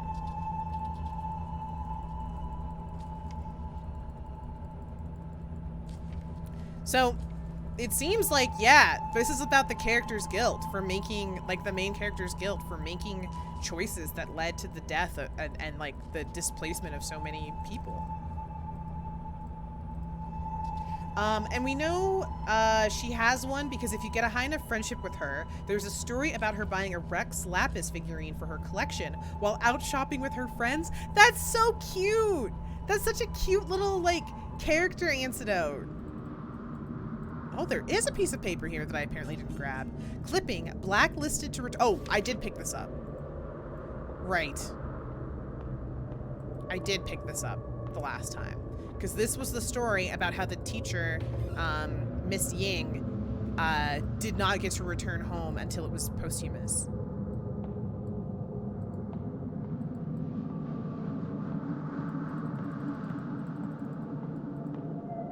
How do I leave? Oh, here. Okay, and then what did we do? Right, we have to go through the other door. Okay, I remember this now. Reason why Kuching is one of my favorite characters is that she goes through a mini arc through her friendship levels. Most of the characters do, not all of them, to be fair, but a lot of them do, and I actually really do like the friendship stories in Genshin are actually like really good for the most part. Right, and so this is where we find out that we're the snitch. We snitched, and it led to just difficulty for everyone. And our snitching was, you know, and the outcome of like, it was a decision made out of frustration. Like an immature frustration mistake that had horrible impacts on so many other people. Like, you know what I mean? It's like when your life is down bad, instead of making your life better, you accidentally make everyone else's life worse. At level 1, she is very much against Archons and Rex Lapis, but as you gain in level, she starts to doubt her old beliefs, and at the end, she comes to accept what Rex has done and the amount of work he did now that she replaces him. Which is so cool. Like, it is really cool to see how, like, the characters in Genshin, like, think. Like, there's so much story depth in Genshin for how sometimes very poorly it is spoon-fed.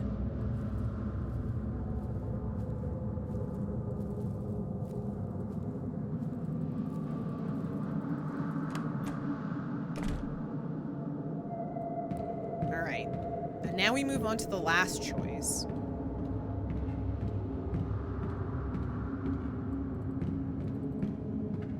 And this is the room. Oh no. This is not the room with the light puzzle.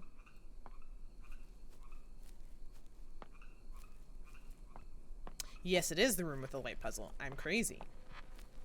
Also, I can relate with Kaching because I too am bad at judging how close I am with people or how to talk to them. Yeah, and like that's totally fair, right? Like, people struggle.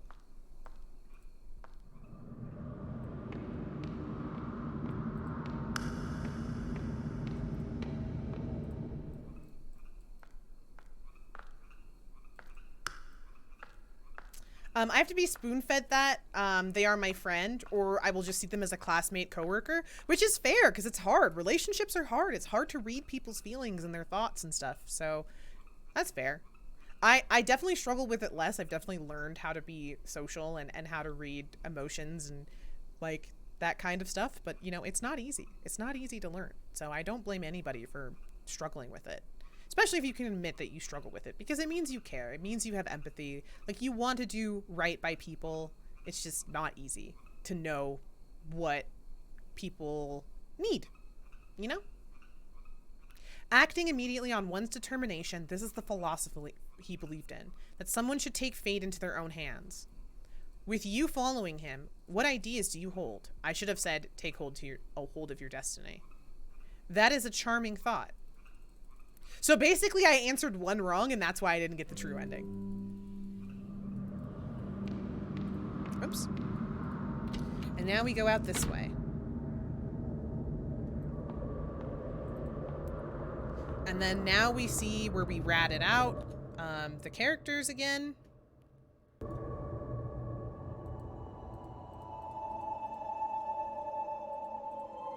Right. And the idea here is that this character is living and reliving perpetually the regret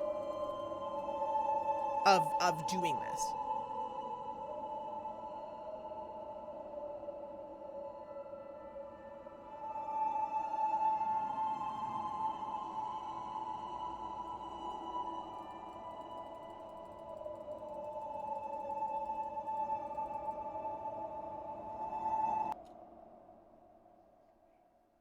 Okay, sorry, I'm scrolling ahead to make sure that I follow the steps that I need to do here.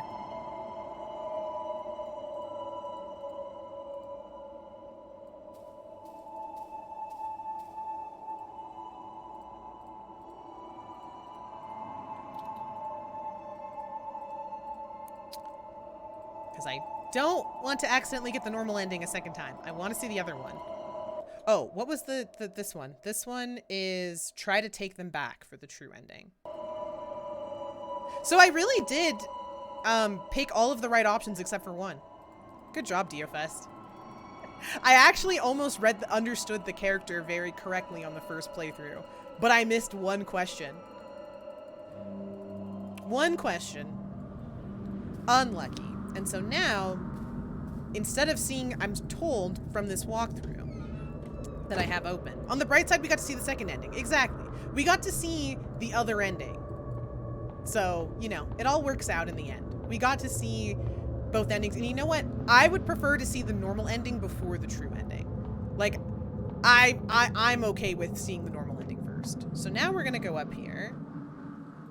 We're going to see, I guess this is Wei, right? Because this is him after leaving jail and him reminiscing what had happened here.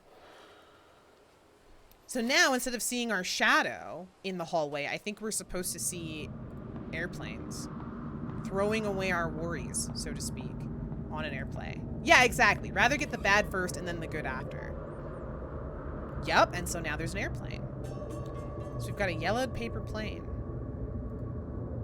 From the white deer to my white daffodil, fate holds us apart. So let us meet again in another life to our freedom. So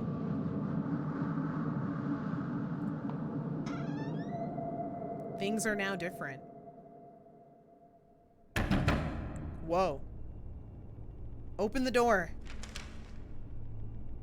Chang Ming He, you are suspected of spreading anti-government propaganda, smuggling banned books, and organizing illegal gatherings. The court has already obtained the necessary evidence. Now we arrest you on the grounds of rebellious activities. Do not resist on pain of death.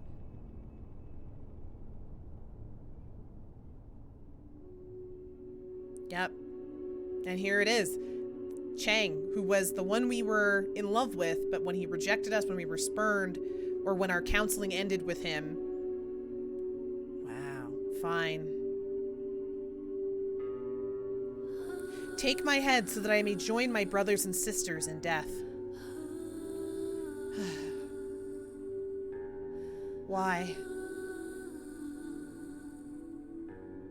Aren't people born to live freely?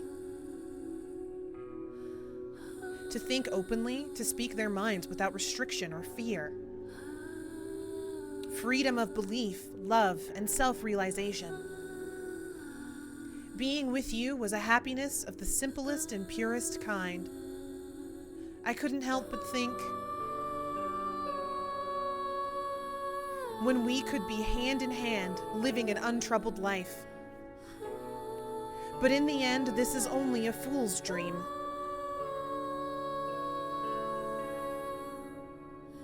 I am too vain like my daffodils, fixated on my grandiosity.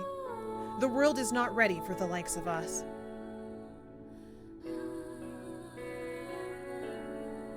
Damn.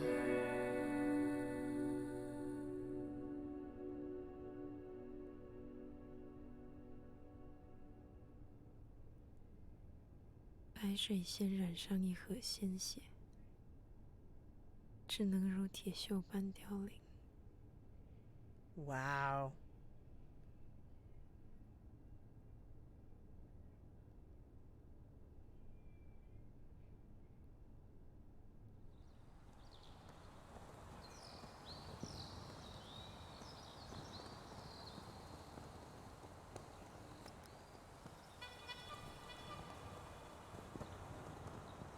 Whoa. Oh! I got a different notebook. What? Amnesty certificate. A certificate of amnesty. Name, Wei Chung Ting. Type of pardon, amnesty.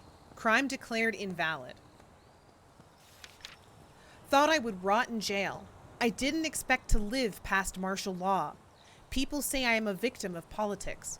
My crime was written off, but my youth is long past. Something lost can never be regained. Letters from home. A yellowed letter.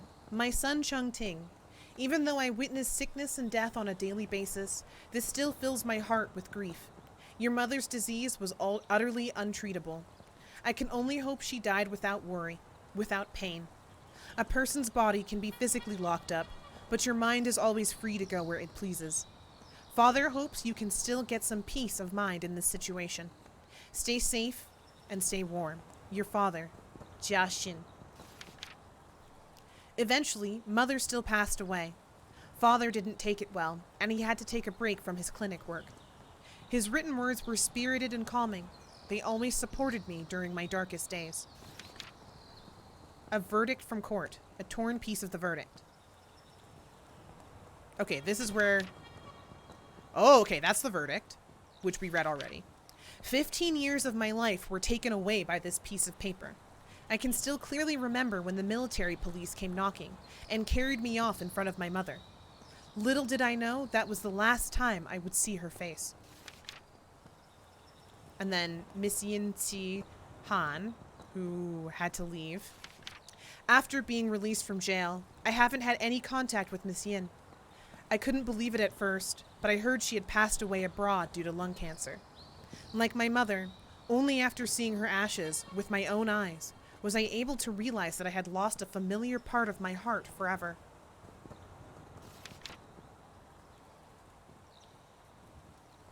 And then this note. It doesn't matter what I was feeling back then. Only pain and sadness remain.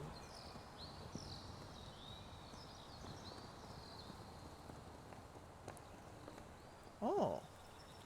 This leads to the main city. Oh. Whoa, here we are. Yeah, this is Wei. Construction signboard. Evidence of vandalism, alongside many signs of protest.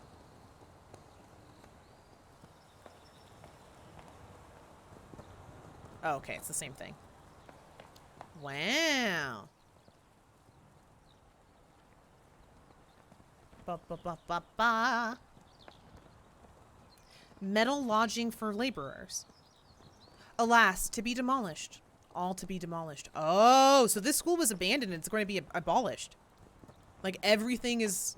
Basically, he's visiting it for the last time. Remembering what happened here and the effect it had on his life. The old woman from when we died! Barred from the heavens and hampered from the underworld. Alone and wandering, forever she goes. Pitiful. We only saw this woman when we died. Whoa, that's cool.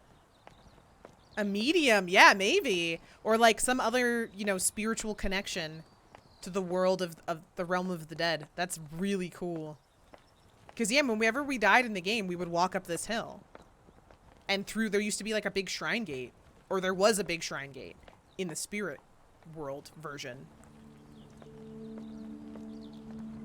And yeah, it looks like they're like the trees are cut down. They're gonna demolish this school now that martial law has passed. And so that's why it's all decrepit and is, you know, full of vandalism and what have you.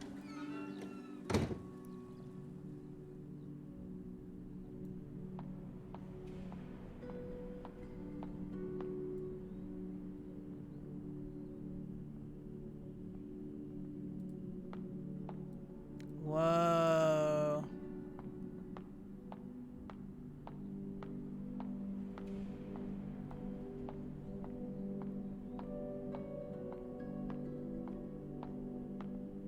That's so cool. Interactive credits are always really fun.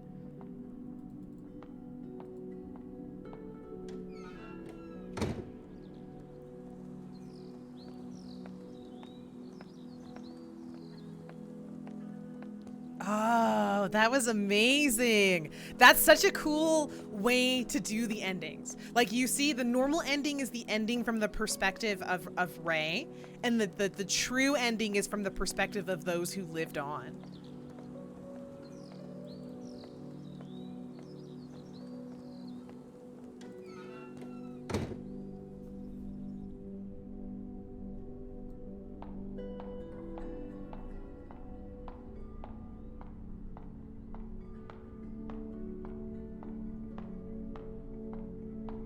I wonder if we can go into any of the other, like, any of the classrooms or anything.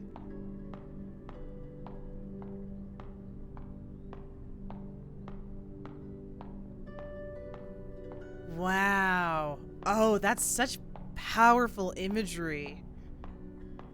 Wow. And so that's why everything was boarded off in the spirit realm. Because, you know, like, in the real world, it was boarded off due to the passage of time. They didn't want people, you know, to squat in the rooms, and it's being torn down and what have you. So, wow. I'm curious if this is all heavily detailed 2D drawings or 3D modeled with hyper-realistic textures. I'm not sure. I honestly couldn't tell you. Ooh, it's an open classroom.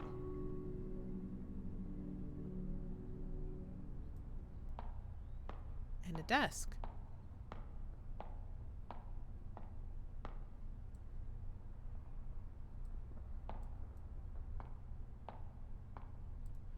Can I interact with it at all? Oh, okay, I can interact with this one. And this is where I sat with her, or he sat with her to introduce her to the book club. And that was the beginning of the end.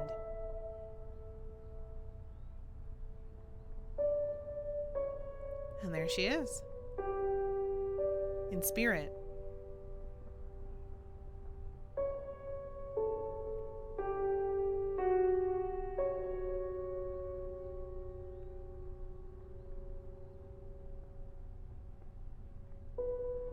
Wow. And so, you know, in the end, she is in detention. Her spirit is forever trapped in this decrepit school due to, you know, her, well, the implication is that she committed suicide in guilt. And so her soul is forever trapped in this school.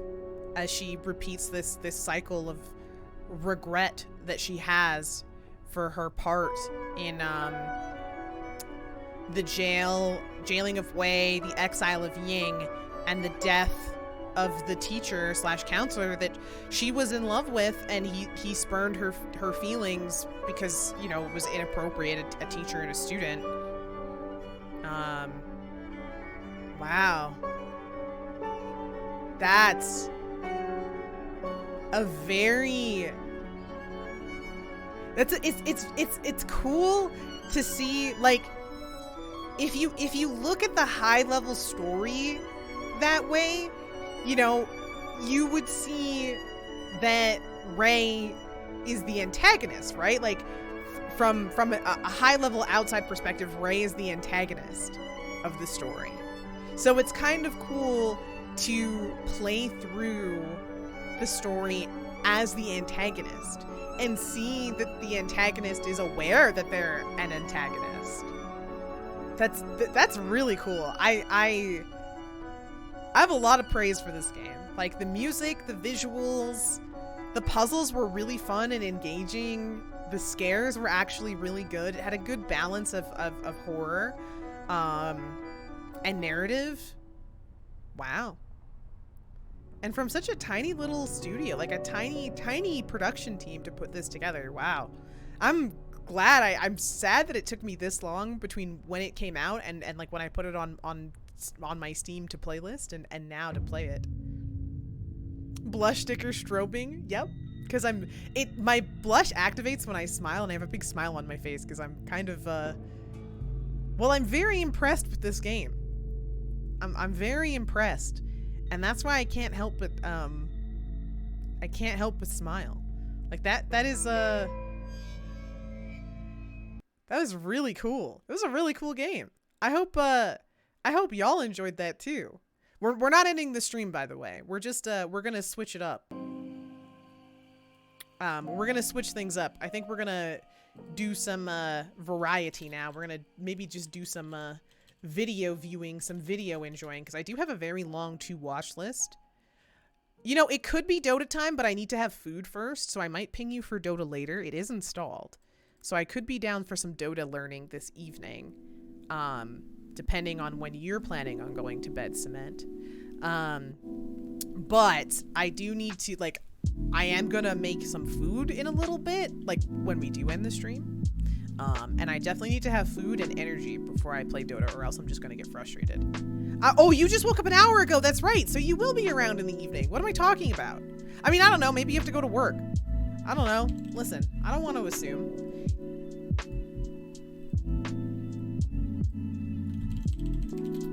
All right. I'm gonna update the stream settings.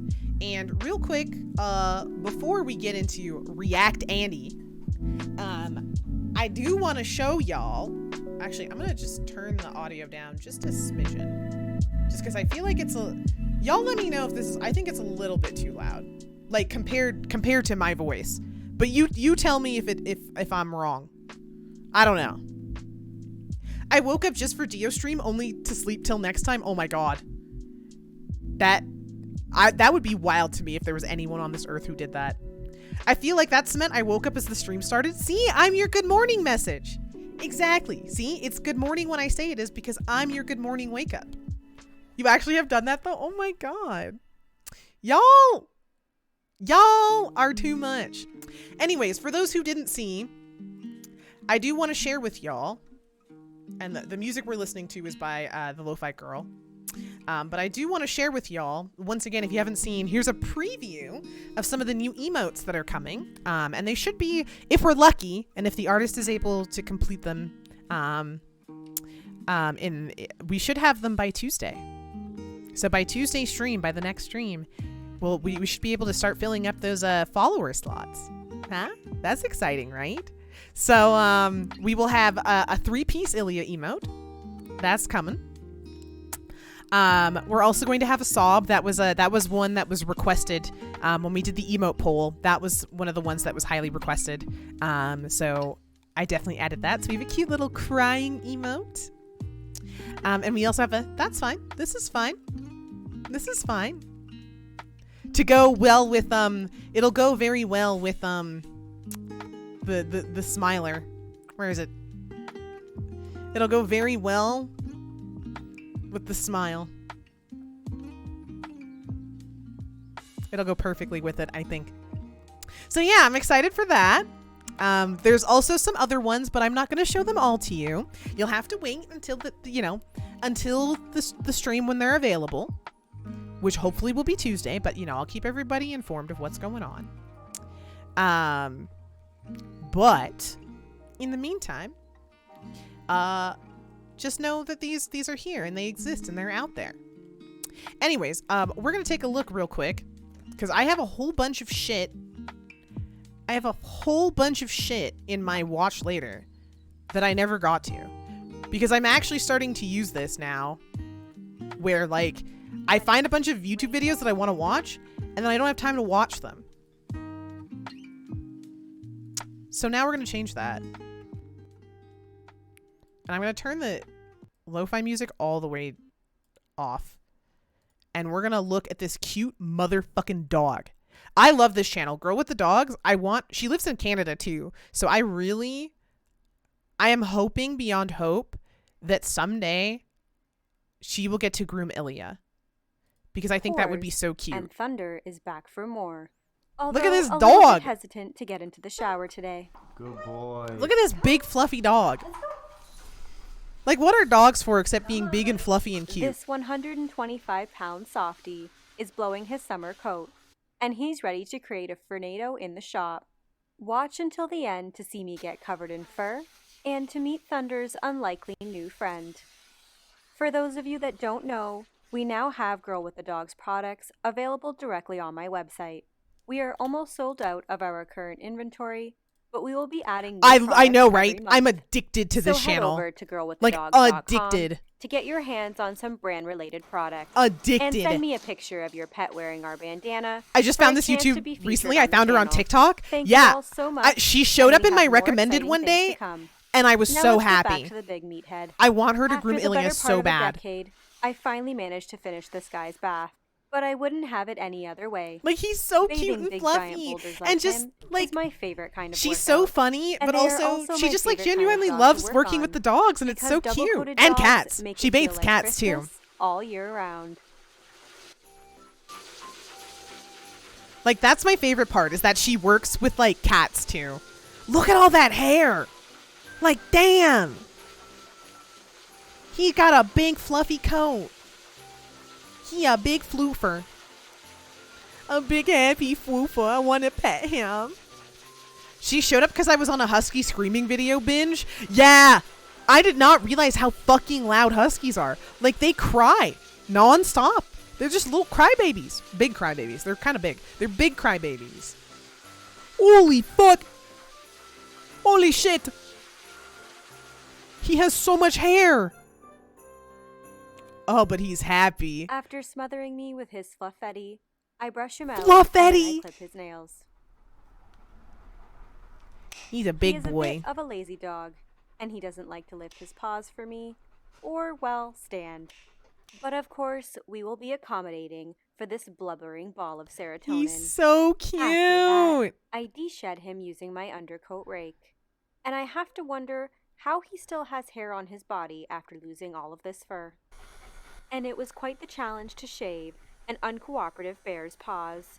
Look how big his peats are. He's so big. I love huskies. They are really cool dogs. Like, as much as I say that they are big, loud crybabies, like, they're so smart and they're so cute. I sprayed him down in our jelly Those aren't cologne, exactly. Those are not and he beans. is Those all are like finished. Thankfully, he made a nice pillow those are for like Melvin. If you liked cookies. this Like, they're video, huge. Don't forget to hit the Look how like button and tiny. comment below. Oh my And if god. you haven't already, subscribe to the channel Look how to see more fluffy doggy he is. content. Thank you so much for watching. He's just a I hope big, you enjoyed soft the boy. Thoughtless Thunder. I just saw a video yesterday where there's this husky figured out where this husky figured out where the pet store with the free samples was, and Buddy just fucking laid down on the corner and refused to move. He said, I want treats or I'm not participating. They're so smart. Like, Ilya does that too. She knows. Like, she can tell when we're going somewhere, and she knows where she wants to go and where she doesn't. Dogs are so smart. Like, it's incredible. I love dogs. What is this one? Driving YouTubers. Yeah, we're going to skip that one.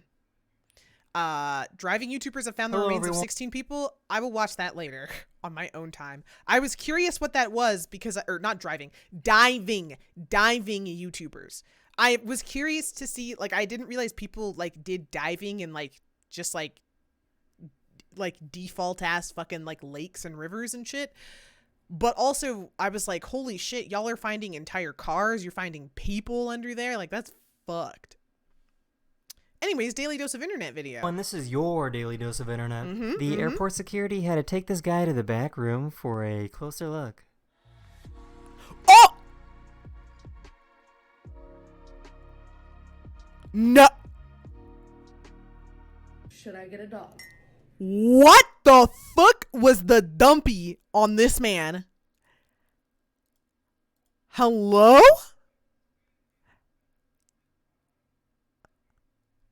What do you have to eat to look like this? I need to know. What do you have to eat? Oh my god. Should I get a dog? Should I get a dog? Should I get a dog? This The cat's like, professional no, biker do went not. off a massive cliff in France. Whoa! Does he got a parachute? Yes. The bike got a parachute too. The bike got a parachute too. I wish smuggling grapefruits for real. Like, this man was cheeked up. Cheeked the fuck up. He was cheeked. I'm trying to sneak a bomb into a plane, but my booty is so thick the clapping of my ass cheeks is alerting the TSI. Like, holy fuck, this man like had the BBL on lockdown. Okay. This poor person had no idea that their audio was messed up. Hi, my name is Darius. Hi, my name is Serena.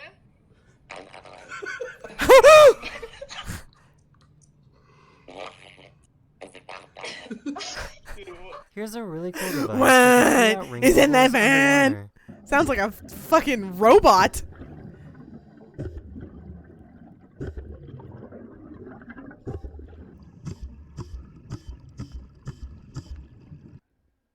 Bubble gun.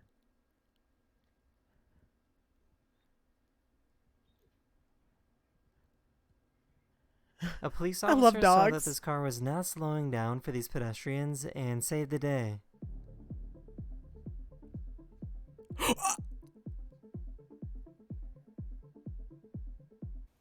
Oh my god. Oh. He go.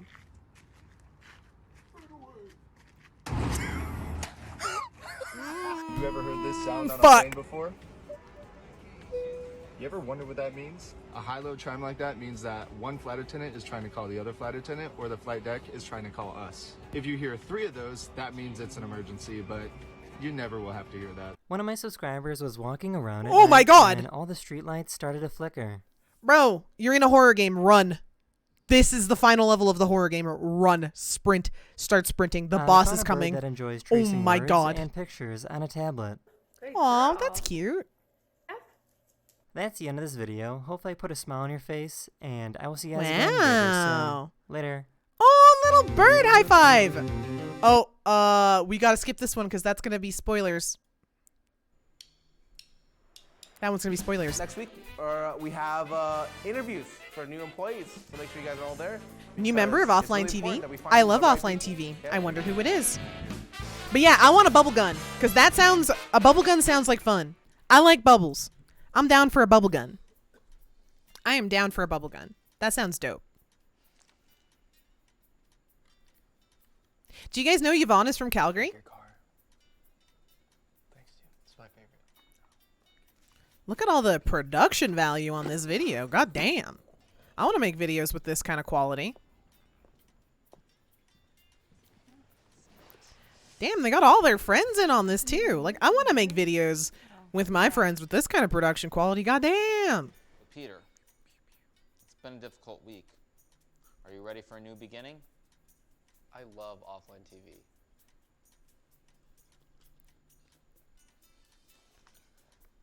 Cutie, Peter Hikaru. We got your files back, and oh, I'm sorry. Dude, what the hell? I drove all the way here. What are you doing? I'm really sorry. Please get the fuck out of here. She didn't have a resume. He's playing with a toy car. Sent it to the And email. smart people in Tim. It's you? Oh my god, I wish. I wish. Thank you. Wait, it's the robot gremlin? It sure is. Mr. Michael Reeves, robot gremlin extraordinaire. I can't even afford the level of clothes they're wearing. Amen. Same. I wish I could. God, I wish I could look like that all the I time. think it's gonna be pokey. We got another round of interviews for you. Yeah, right this way. Yeah, come on in, right this way. Oh, Michael. Hi. Nice to meet you. Oh, yeah, oh, yeah, COVID. Nasty thing, yeah. Checking for AIDS. Yeah. Oh. I love your name. Thanks. Who named you? It was named after a toilet. That's cool. We sell a lot of sponsors, okay? Sponsors want to see big numbers, okay? This is now yours. It's our next That was on the sponsor. desk. Oh, yeah, for sure. Sell me it. Have you ever thought about your chapped elbows? You got any chappy elbows? Talking ashy. Talking little flaky elbows. Where are you from? From Oh my god, look how good Toast looks with his fancy fucking tie. What the fuck is that? I want one of those. Cali. No, like. Just invent a robot that pisses beer and you can wear clothes like them. Oh. I think, Parents. you know, I want to believe that already exists. Honestly. South Cali. Talking daily. Do it on the end. Those little flaky, ashy elbows will go right away. 50% Japanese, 25 Italian, 25 German. Wait, hang on. 50% Japanese. Talking Hapa. Yeah. Wow. I'm Look up Michael Reeves then, Dio. Oh, he does have a piss bot. I've seen his videos. Oh, don't. Listen, I already told y'all I'm an offline TV fan. You think I don't watch Michael Reeves? I watch Michael Reeves. He's a fucking crackhead. I'm here for it. Oh, yeah, this is for my friend's Maid outfit, Poggers. camp thing in out of town, you know. Qualified. It's a nice little bet. The stuff, I fucking love the stuff Toast does in this video. I'm so excited. Yeah, yeah. Oh, that says come in me. Same. If you I mean, described no, I didn't say that. in 3 words, what would it be? It's not I didn't say that. Are you in a relationship? I am, yes. So when it says like name, sex, and date of birth, for sex you wrote not before marriage, Yeah. right? Virginity rocks. Got it. However, Jody wrote often, but John said John and then not before marriage. So I just want to understand, how does that, like, are you guys like polyamorous? Because like Jody's a really fine lady, and I wouldn't cheat on Lily, but like we're polyamorous, so. Hi, Jody. I love the name. Both have 4 letters in our name. Oh wow! Isn't that so coincidental? Oh my goodness, Lily's so beautiful. I love Lily, and I love Jody too. People with 4 letters in their name. Do you believe in I love destiny, Jody? girls. Yeah, Do you think it was yeah. fate that brought you here? I do. This is destiny. I'm not implying it. I'm saying it, Jody. Oh, go off, Lily. Peach you forward. Oh, you're not? No. Oh, whoa. Why did you think I was? You just look like you. I'm trying to apply to be a member of Offline TV. Oh, member of offline TV. Yeah, no, we Oops. definitely have a positioning opening for that. yes, I well- just thought you're so pretty that you would make a great receptionist. That's why I thought. So receptionists are only pretty. Well, our receptionist is pretty, so I thought, The hole gets oh, deeper. Pretty girl would be a. I love girls. If I was born a woman, I would be a lesbian. Amen. Valid. Listen, you're valid as fuck for it. Woman likers, very welcome here. I do be a woman enjoyer, and I think a lot of people in my chat room are also women enjoyers. Yes. So if you joined us, how much do you think the number would increase by? I don't know. Hire me and find out. Oh, Hello. hi, Sour Lad. Good to see you. Please have a seat. Thank you. Hi. Have you ever heard of the trolley problem? On one side of the train tracks is 3 people. On the other side is a baby. You must pull a lever so that it only goes down one path. I'd run over the baby. I would. Okay. If I run over the 3 other people, who's taking care of the baby? The baby. On the side of the train tracks, 3 people, but they're racist. 3 racists. 3 people, but they're baby. racist. Hi, Glass Diva. Good to see you. Loop it back around. Hello, Storm. Oh my gosh, hello everybody. How's your Saturdays going? Yes, we're watching some. We're watching my watch later playlist on YouTube, which included the latest offline TV video that I have not seen. I'm a big Lily Pichu fan, so I am enjoying the production quality of this video. I remember watching the video when Michael joined Offline TV when it came out. Yeah, me too. I was so excited and happy because like I liked Michael's videos just in general. So I think he's a good fit for them with his chaos gremlin energy. All my height went to my Sex is yeah, same. tight? Yeah, it's tight. Oh, Tight. what is that? See, it's good, tight, you know, like the kids say. Sydney, nice to meet you. Oscar, it's nice to meet you. Your hands are very wet. Yeah, I had an intimate moment with the last interviewer. Oh, I hope she doesn't work here.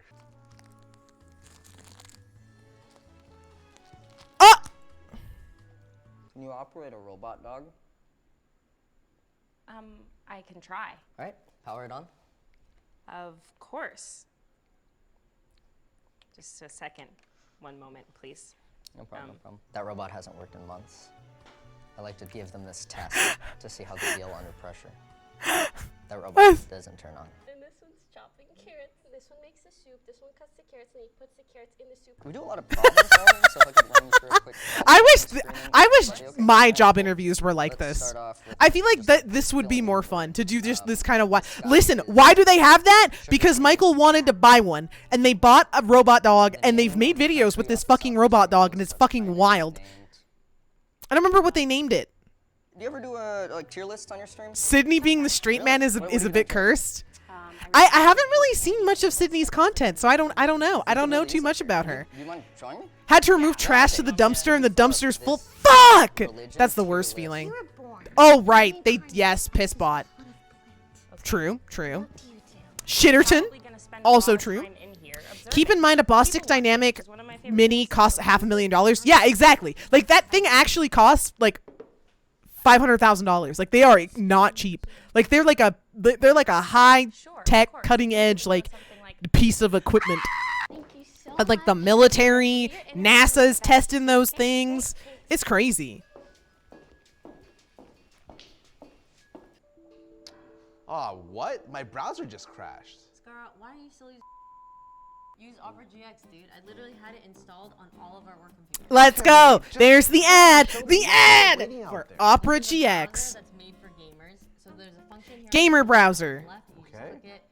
The GX control icon. There's GPU, RAM, network usage. I don't think I could ever use a fucking gamer browser. Exactly. It'll limit it to whatever you set it to, and then you can also quickly access all of your social media. But at the same time, I like the idea of not having to use the ROM hog that or the sounds RAM hog called Okay, Chrome. we go get the applicants now. Can you go? Hello, welcome to McDonald's. We're now serving offline TV. May I take your order? Thank you so much for the redeem, by the way, Taika. The military does not have access to any Boston Dynamics robots. It's against their public funding contract. Oh, okay, sorry, my bad. But there are a bunch of like big organizations like NASA and shit testing them and stuff. Like they're like very expensive. $500,000 dog that slips on beer. Yep. And gets kicked over all the time. For the interviews, we're so glad you had the time to come in here.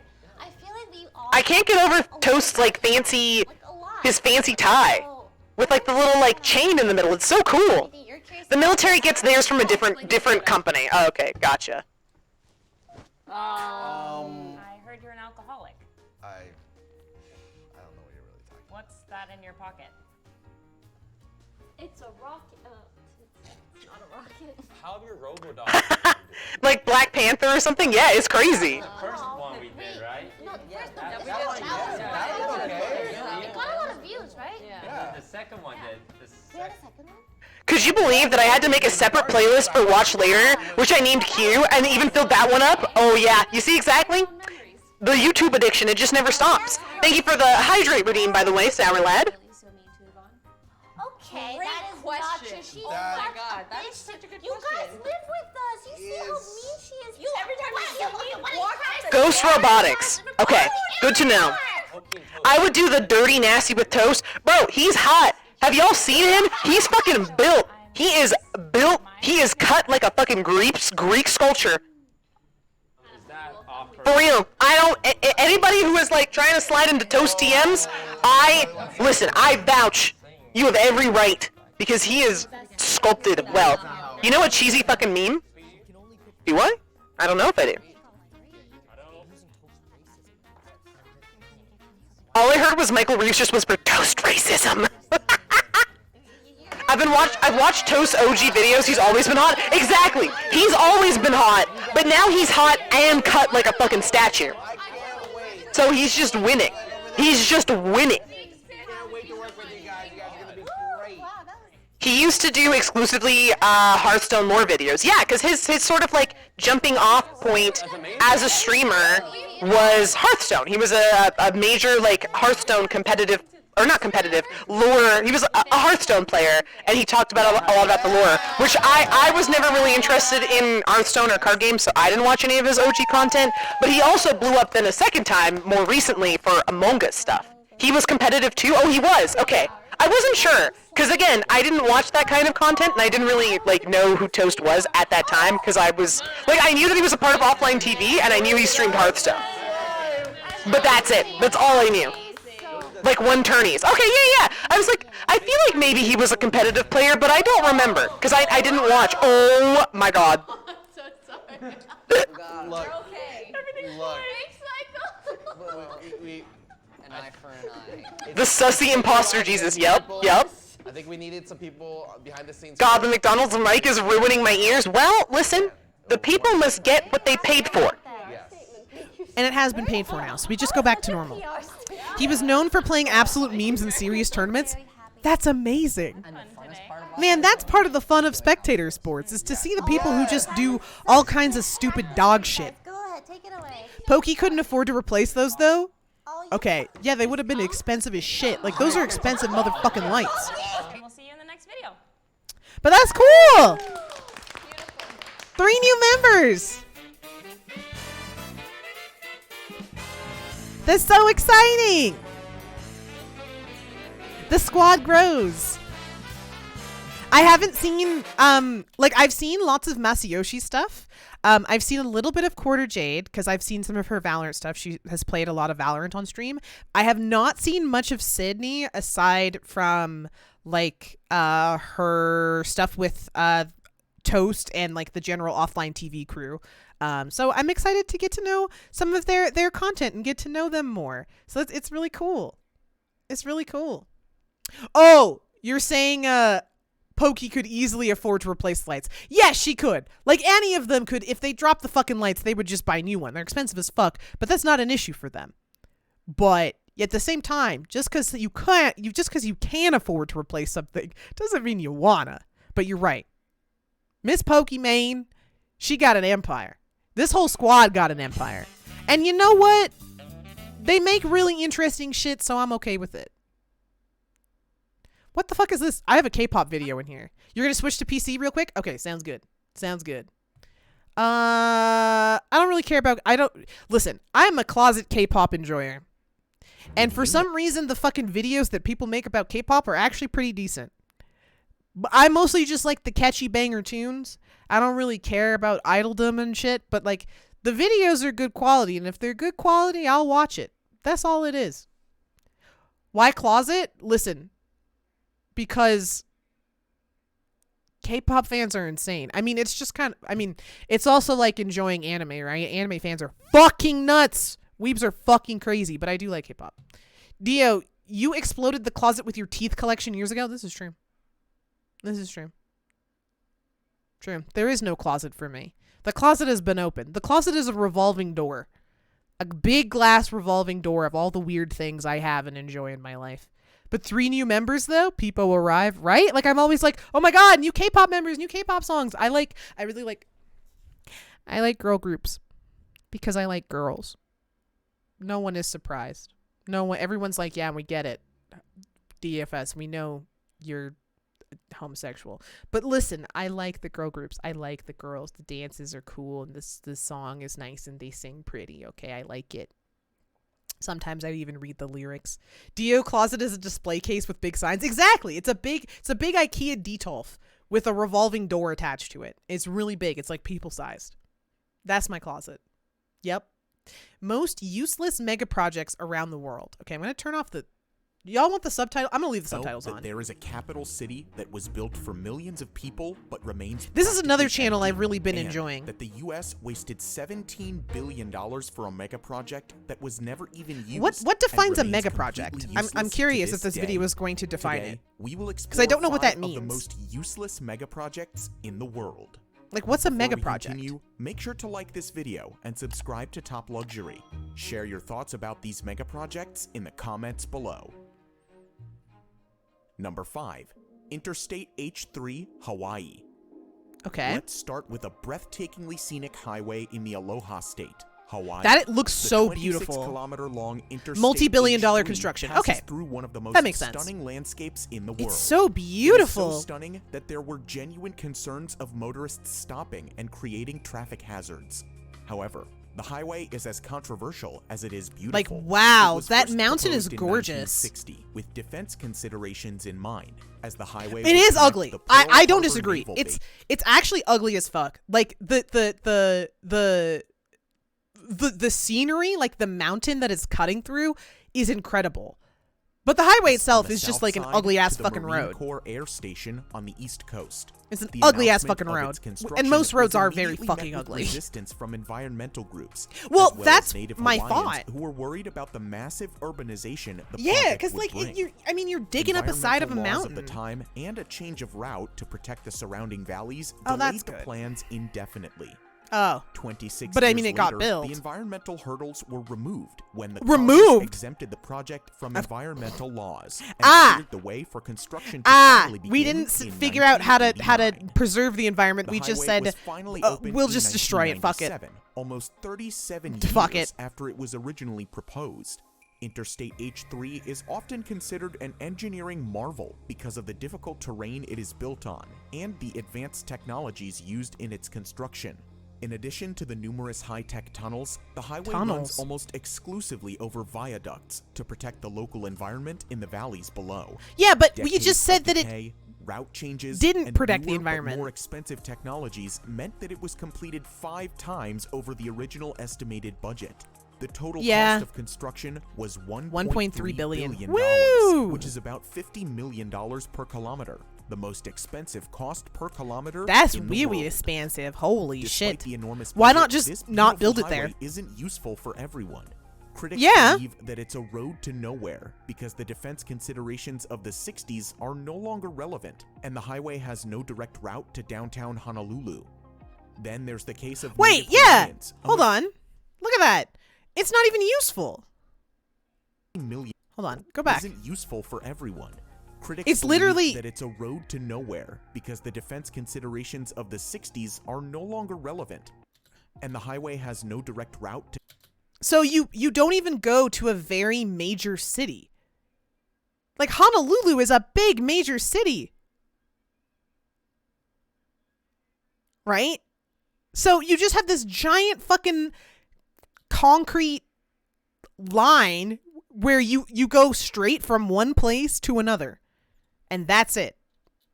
Downtown And it's Honolulu. barely even useful. Like if you want to go anywhere except from A to B, you can't use Then this there's road. the case of Native Hawaiians, a majority of whom refuse to use the H3 to this day. They consider it to be cursed, as many religiously significant cultural sites were destroyed. You see, this is what I mean about the exemption. I was like, instead of dealing with like, you know, the consequences of how this is being built, you just say, fuck it and do it anyway. Holy shit. Just a few decades until the roads go to ruin. During its completion. Well, that's the thing, right? Is Interstate building a road isn't like building a piece of infrastructure like this isn't just a one-time investment. You have to spend money to like maintain critical, well, in this case, is this really critical, but to maintain infrastructure like roads, you have to expend money. And like, if nobody uses this, like, now that's just money that you're just like flushing down the toilet to maintain a road that barely anybody uses. It was only built for military consideration. It literally is just an evil monument to the theft and colonization of Hawaii. For real. It was Reagan who exempted it. Oh. See, I'm learning a lot about, cause like I only have sort of like this is me sort of culturally learning, cause I don't know, this is an aspect of the United States that I don't really know in depth. Like I know that Hawaii was like very much like populated by an indigenous people, and it was basically just kind of colonized, and the US said, yoink, mine now. Stolen. That's the word I'm looking for. Stolen. Thank you. Yes, that's the word I'm looking for. I think I said yoinked, but stolen. That's the word I'm looking for. It was stolen from native people, and it was just like, this is America now. And it's like, that's not how that works. Like, you don't just get to decide that it's American. They had a monarchy and it was disposed of and eliminated. Yes, I did know about this part. I knew that there was like a monarchy on the island at some point. I don't know when. I'm learning about history and sort of about the world. For certain native groups, it remains I fully believe that we should start World War III, World War II style. Instead of Jews, it's racist Americans. Woo! Woo! I am not going to comment. Ciudad Real, Central Airport, Spain. I do agree that it's just Spain is one of the prime the scars of colonization are everywhere across the world. But woo, that one was spicy. Destinations in Europe, and that was a key consideration when the idea for the Ciudad Real Central Airport was conceived.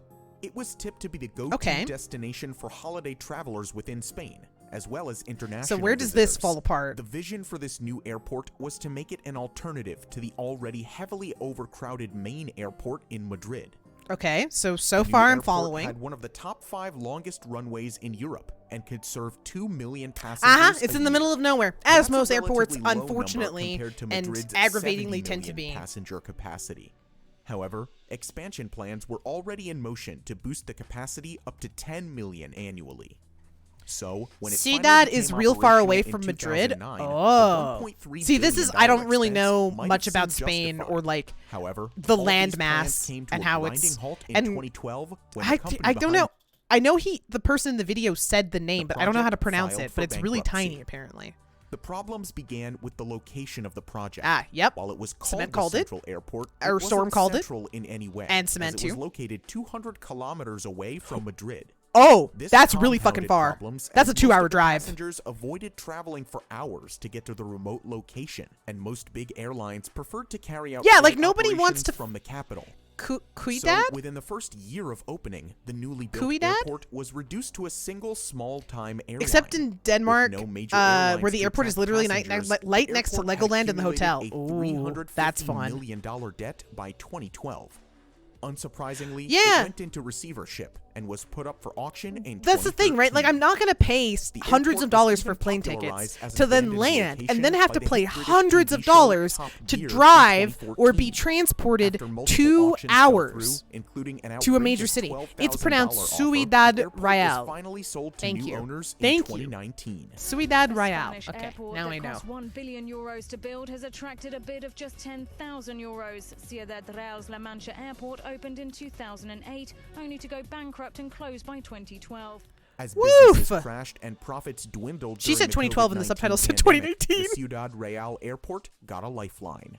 With little hope of passengers returning, the new owners reinvented the airport as a home for grounded planes, given its dry climate, long runway, and spaciousness. By August 2020, there were 65 airplanes parked on the airport, with expansions underway to provide a storage facility for over 300 aircraft. Well, at least they found This new use for storage it. approach gave the airport a much-needed business opportunity. However, all the stored planes will eventually be gone once the Yeah, pandemic is exactly. finally Like over that's the and downside, return of though, is normal flight people operations don't need to remains park their elusive. planes This all the billion-dollar time. mega project remains In fact, most of the effectively time, useless for if you are passengers parking a around the plane, world. you are losing money on a plane. Number 3. But that is a good Pendant, use. Myanmar. Next up is another mega project that made it to Top Gear. Unfortunately, Top this Gear isn't even, just a ooh. remote airport. It's the capital of Myanmar, a new capital that was built from scratch. Myanmar's former Whoa. military leadership started building a new capital in secret in 2002. What? The shifting of a Hello? country's capital isn't unheard of, as many countries, including Brazil, Egypt, and Pakistan, have done so in the past. In November 2005, Myanmar's leader announced his decision to the public, but he kept the name of a new capital a secret. It was 4 months later when he finally revealed the name, Naypyidaw, which literally means the king's residence. The reason for this sudden shift of capital wasn't clear. Some speculated that the military leadership was fearful of an attack from the sea, while others thought it was shifted on the advice of astrologers. Yeah. However, a lot of it had to do with the former capital, Yangon. This definitely has Yangon to. is home to This is 7 million military people, and the city is reasons said to have because reached its you got to look up the infrastructural limits, and its Burma population is Myanmar set to double transition. It's by fucking wild. 2050. Yeah, I was Moreover, like, the coastal isn't there city like a was big? established There as wasn't the there like a capital during big British wild rule to conflict benefit the there? British Navy. So it made sense for Myanmar to shift the capital to a more central location. Okay. The new project was built swiftly, and to this date, the successive governments have poured $4 billion into the city. Woo! That's a lot of money. Naypyidaw seemingly has everything to attract visitors. A 20-lane highway. Pause. What? Why? Why that many lanes? For what seemingly reason? Has everything to attract visitors. A 20. What the fuck is that? What listen, this is just me being a shitter. Even as someone who enjoys driving and drives a lot, like, one, yes, more lanes does not make traffic better despite what people think. But oh my god, highways are the most ugly thing. And so like making these big wide ass highways, it's just like cool. You have a big wide open ugly slab of concrete. Babe, I'm in Dallas. We have 10 lanes. What the fuck? Yeah, I believe you when you tell me it's hideous. That sounds awful. I think I've never seen more than like 4 lanes. No. Maybe 6 lanes? 6 lanes in each direction, so 12. I've never seen more than like 12. Yeah, like 5 on each side I've never seen. I don't think I've ever seen more than 6. I've never seen more than like 3 lanes on each side, so 6 total. I've never seen more than that, and I hope to God I never do.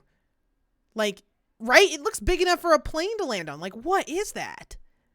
Oh my god. Lane highway, over 100 luxury hotels divided into 3 hotel districts, golf courses, museums, and even a 99-meter tall replica of a landmark originally situated in Yangon. Okay, cool, but that's all a bunch of luxury shit. That remains missing. The population. Yeah. People don't need a bunch of luxury shit to live. They need like very basic critical infrastructure and services to live. And if you don't have those services, people can't live there. Like, if you just have a bunch of luxury shit and a bunch of like landmarks and a big highway, congrats, you've built a tourist destination at best. Reminds me of North Korea's fake capital. Yup. The new capital is home to less The than 1 roadways million here are residents, huge and most of which reside insanely in the convoluted. suburbs that were 2 present exits on the even same before highway the can city go became opposite the sides of the capital. Metroplex. Jesus But why does Christ. no one want Like, to I live there? hate A lingering gap the in health like the facilities, choice of a lack highway quality design to educational me, institutes, or like to and design economic around expanding opportunities highways in mean cities that is most like of the the population worst is reluctant to make the city a urban permanent design home. choice possible. So the city often paints the picture of a deserted place and is often referred to as a ghost town. The incredible 20-lane highway is practically empty. Traffic congestion is unheard of, and at times, a single automobile is caught drifting along the tremendous road. The city has an airport that can handle 3.5 million passengers every year, but on a busy day, a dozen people will actually use it. Jesus Christ. The shopping malls are visited only by the diplomatic staff on weekends, while the hotel lobbies are mostly empty. Despite the apparent barrenness, there's a silver lining for the royal capital. It's built as a city of the future, and with the exploding population, Is the Naypyidaw population still exploding? has time for an inevitable redemption. Is it actually exploding For now, though? it's arguably the world's strangest capital, and remains useless for much of the country's population. Right, because the thing is, if you're gonna move here, you know, it's nice that it's pretty and that you have all of this like cool stuff to go see. But like, if you are gonna move here, like you need to have a job, you need to have people to you need to have people to attract people, which is like the hard part. But like, if you're gonna attract people without other people, you need to have like very critical infrastructure, like things like hospitals and schools and like places for people to live and like, you know, stuff that makes it like like transportation to other cities. You know, that's the stuff that makes a new city attractive to people. Not just like having big landmarks and a massive highway. Kind of reminds me of a Danish documentary where 2 native Koreans and a Danish comedian goes to North Korea disguised as a news report team that tries to show the greatness of it. And since they don't have Danish translators in Korea, they absolutely shitted on them. Oh my god. An easy way to get yourself potentially Number harmed 2, though. Forest City, Malaysia. Is my dog barking?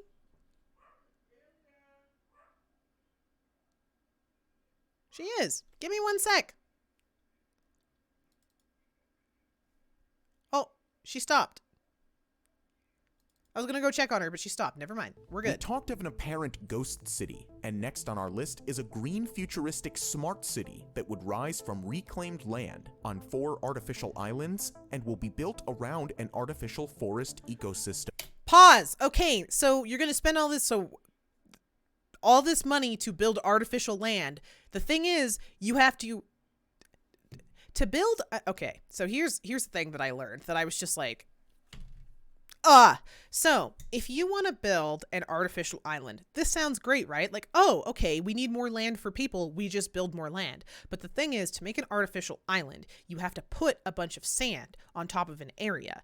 And the way that you have to make an artificial bank, of sand to build on top of. To do that, you have to pump a bunch of sand from the bottom of the sea, because that's the only sand stable enough to build on, and pump it to the surface, which means disturbing tons and tons and tons of ocean floor and destroying ecosystems and things like that under the ocean, only to spend tons of money and effort to pack it down on top of the ocean, only for it to get eroded and sink anyway.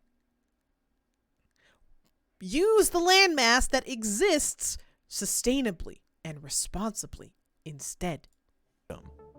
Forest City's location makes it an appealing bet for investors who are aiming to profit from its proximity to the independent city-state of Singapore. Singapore has the world's 2nd busiest port and a thriving economy. The developers have already linked Forest City with Singapore through the Second Link Bridge, shortening the distance between the cities to just 20 minutes. Singapore seems like such a City cool place. Will also have its own I would love to customs visit facility, Singapore someday. enabling residents to move freely to Singapore and back. The design is advertised to incorporate many green innovations. Forest City will feature buildings with green rooftops and vertical gardens, providing a jungle experience. City streets will have a multiple-layered design, with the lower layer for traffic and parking spaces, while the upper layer will feature parks, sports facilities, and transport hubs. The city will be powered exclusively with renewable energy and will be completed by 2035 at a cost of $100 billion. Well, we'll be checking back in, because solar punk does sound kind of cool. Like, I'm not gonna lie, the sound of this sounds like something that would be cool to live. Like, this sounds like a cool place to live, but at the cost of you're going to literally destroy the entire ocean floor economy to ocean floor ecosystem economy. Oh my god, ocean floor ecosystem to compact a bunch of sand and then build all this shit on a bunch of sand. It's close to completion. But it is with very 50 pretty. apartment I would buildings, love to live golf on that. courses, Ecology. Swimming pools, Thank you, and Cement. beaches on board. However, it's not all Dubai smooth sailing cough. for Yep. this highly ambitious project. I mean, a what? multitude of economic and political hurdles are already hindering its progress. The project is being funded mainly through China, and Chinese residents virtually had a free pass to the city in the first few years of its construction. As a consequence, wealthy Chinese investors who couldn't afford the soaring prices of apartments in their own country rushed to Forest City. By 2019, 80% of the property owners were Chinese. Even the street signs were in Mandarin, and the few schools that opened in the area were offering it Mandarin already courses. is partially open? The native Malaysians simply can't afford to buy these apartments, as property prices are set with only the Chinese markets in mind. This influx of Chinese investors caused a public outcry, with opponents of the project calling it a new form of colonialism. So, after a change of leadership, the returning Prime Minister Mahathir Mohamad banned foreigners from owning property in the Forest City. Many foreigners started leaving the city, and new investors were discouraged. The next major setback came in the form of the pandemic and the worldwide travel bans. Malaysia's movement control order meant that no new investors could move in. Okay. Lots of existing investors opted out of the... I didn't know, I guess, because I saw that it was supposed to be completed in 2035. I assumed that it was like, I didn't realize it was already habitable. Project due to the uncertainty. So, by the start of 2020, less than 500 people were actually living in the residential developments, which is not a lot, considering that Forest City is designed for 700,000 people. Yeah, The it's project basically has empty. remained in flux ever since, with some salespeople claiming that fewer than 10 homes were sold at Forest City since the start of the coronavirus pandemic. Yeah, I guess that's true. Incomplete Moreover, doesn't mean that some Country parts Garden aren't laid off usable. more than I just 1,000 assumed of its Malaysian workers it wasn't in the past year, signaling the epic I didn't- downturn in the I project's misinterpreted. fortunes. Forest City was probably too ambitious to begin with, too futuristic to truly achieve, and too politically challenged to succeed anytime soon. It's safe to assume that despite the billions invested, Forest City is currently a useless mega project. Well, because it's empty. Number 1. Yucca Mountain Nuclear Waste Repository. We'll conclude this list with a mega project that was planned in view of a sensitive global issue. Nuclear waste isn't talked about as much as other environmental problems. Indeed. However, if not stored properly, it can be deadlier than anything ever witnessed Indeed. since the advent of civilization. As of now, nuclear waste is stored above ground, near the power plants where it comes from. However, the scientific community agrees that the safest, permanent disposal solution is to store this hazardous waste deep underground. In the 1980s, US authorities set about finding a permanent solution to this growing waste problem. In 1987, Yucca Mountain in Nevada was identified as the best available option. It was close to the USA's most used But that could be the future of cities because they do fix a lot of issues with building cities. Indeed, like if you include a lot of greenery, and you like start building your infrastructure to use renewables, like it sets up your city for a lot of success. But it does bring up the issue of, you know, when you open new stuff, you have to be careful that your real estate is not immediately bought out by people who want investment properties and jack up the price and make it impossible for people nearby to like build community. There are issues because humans don't like 95% of plants to be near them. Yeah, that too. Nuclear testing site and was away from any population centers. The plan was to deposit the waste from all over the country in a tunnel complex about 300 meters under Yucca Mountain.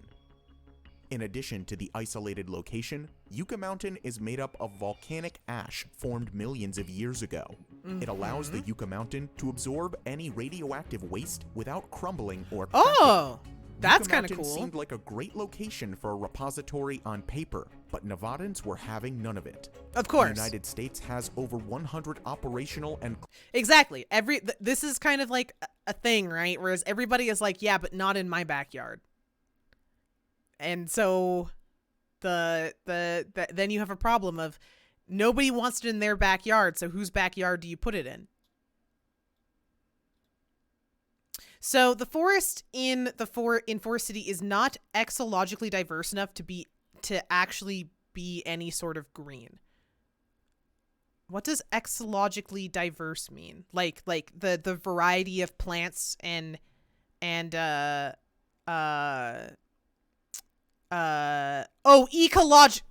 okay, that, you know what, that makes sense. Ecologically, yes. Okay, yes. So it's not diverse enough to really like be sustainable and improve things. Yep, fair enough. Also, good to see you, Z. I'm sorry that you're in pain, but I'm glad I'm cute. You just move them all to urban cities and say no one gets a backyard. You all live in apartments. Yeah, you all live in apartments with radioactive waste. True. Problem solved. Fallout New nuclear Vegas, reactor exactly. sites in 34 states, but none of them were in Nevada. So there's so then there's frustration, which is like, you guys are bringing all your waste over here, but we don't have any nuclear plants. Why do we have to take care of all the nuclear Representatives garbage? and the general Not in public my backyard. vigorously opposed the idea of being the only nuclear dumping site in the whole country. Furthermore, question marks were raised over the official hydrological and geological surveys of the Yucca Mountain. Okay. Opponents believed that the site was unsuitable for a repository, as it runs the risk of contaminating a nearby water source. Well, yeah, The that's a water big source- deal. Oh, if there's a water source. Yeah, okay, so here's the other thing. Yeah, you cannot like that's the other problem with any kind of waste, whether it's radioactive waste or any kind of waste. There, if you put it in the ground, you run the risk of tainting water, and we don't have a lot of water, so you don't want to do things that are gonna, poison what little water we have. Say goodbye to that fresh Alberta beef. Why are you taking my beef? Give it back. I need that. Used by Native I want Americans who have lived in the area Also, good to see you, for Brew, centuries. there. Despite the opposition, the project won approval in 2002, and the Department of Energy just send it to space. Yeah, it's the aliens' problem. Nevada's True. opposition only grew stronger. They contended that routine exposures during the transition will stigmatize Nevada's residents and affect tourism in the state. For the opposition, isn't there a state in the States that's still suffering from lead water? Yeah, Michigan. The only reason Nevada was getting the repository was because of its lower I population. mean, Oto water is very good at blocking radiation. This is true. Like, you do actually need to use water to, like, contain radioactive materials. So, yeah, good point. It's probably not just Michigan. Oh, it's probably lots of other states, but Michigan is the one that I know of that immediately comes to mind.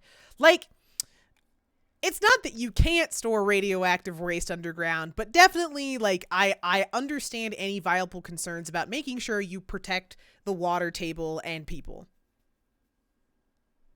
And smaller representation in Congress. By the time Barack Obama took office, the whole project had become highly politicized, and in 2010, the Obama administration deemed the project unworkable and stopped funding it. 3 years later, a federal court ordered its resumption again, but there has been little progress since. The Biden administration has clearly stated that Yucca Mountain isn't a part of the country's plans anymore. Shout out to my time out. I'm a jail man now. You're a criminal. A scoundrel even. The area I was born in down south legit looks like an underdeveloped country. It's crazy, but when I hear about that and see that stuff, I'm like, yeah. And like that's not unique to America. That exists in Canada too. People just pretend not to see it, but yeah. Nevada seems to have won the battle after 4 decades. Decades of planning, legal troubles, and over $17 billion have gone into the Yucca Mountain project. But after all is said and done, it has never been used and remains a useless mega project.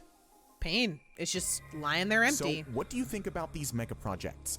Do you think that any of these have a shot at being useful in the future? Maybe. Let us know in the comments down below. If you want to see more about similar projects, you can watch our video about the biggest mega projects never finished. Thank you for watching. That was fun. That was an interesting one. Okay, I'm going to sip some water real quick. I had never heard of any of those before. Yeah. I don't want to watch a 20-minute League video. Skip. This video is sponsored by Skillshare. Use the link in the description. Do I really want to watch this economics of K-pop video? Because I kind of get it. But maybe I don't know if I want to watch this or not. This is the one that I keep adding to my watch later, and then I take it out, and then I put it back in, and then I take it out, because I'm like, I get it. I get how... Okay, I don't want to say that. I understand, or have an understanding of how idoldom and the concept of idols in East Asia sort of works, and it's how it's very different from the concept. It's different but somewhat overlapping with the concept of celebrity in like US North America. How many videos are in watch later? 158. I have a lot of watch. I don't know that we're not gonna fucking watch them all today because there's a lot of fucking videos, but I have a very bad habit of I just toss shit in here and sometimes just forget about it, but sometimes I come back to it. Replace it with a communist economics video. True. Okay, we're gonna skip that and we are gonna replace it. Wait, is there a way to remove? Oh, remove from playlist. But if I finished watching it, how do I I wish when you watched things that it removed them from the playlist. I'm going to leave it and say that I'm going to watch it later in my own time. Maybe I am curious, but I can't decide if I'm curious about it or not. Next, watch Party Plan. What the hell is Party Plan? A man If y'all don't watch Chubby Emu, change that. He's amazing. microdosed mushrooms he bought on the dark web. this is how his organs shut down. Woof! GB is a 24-year-old man. Yeah, would be presenting 24-year-old. to the emergency room with heat. But President Donald Trump told me communism is Chinese dark magic. True. Why did I do that accent? I don't even know what that accent was. Why did I do that? Huh. Sus. Why did I do that? Why did I... why? I'd like to have a conversation with my brain. Nemesis. His mother, Karen, tells the admitting nurse that she found her son on the floor, rolling around in a pool of his own sweat before his eyes rolled into the back of his head and he started shaking uncontrollably. We watch all the videos in About Dia's 2 months playlist for the ago, next GB watch party. started browsing on True! the dark web, a part of the internet that helps anonymize... It's a decent North Texan accent, to be honest. Well, you know, I do live in the Florida, Texas of Canada, so maybe that checks out. That it's a Texas accent. Channeling apples. I can't read. Bye, Broker. Good to see you. Mwah. The user at the expense of speed and accessibility. He had heard on the news about how the dark web was full of hackers, spies, and illegal activity, but he that was didn't no find any of southern those accent in things. existence. Instead, he Okay, leave found me. Listen, I'm luxury trying my cucumbers best, Jabul. 2.0. Do Brother, not I'm doing what I purchase can. unless you're famous. You I couldn't live in use Canada. regular money to buy these. I only have cucumbers. TV You accents. Had to use Bitcoin.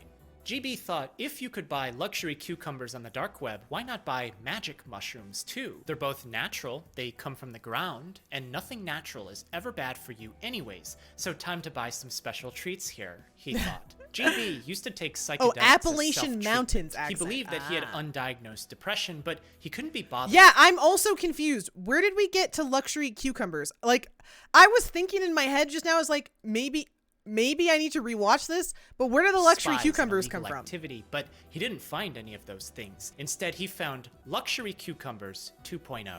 Do not purchase unless you're famous. You couldn't use regular money to buy these cucumbers. Right, but why? Can someone please explain? Oh, here it is.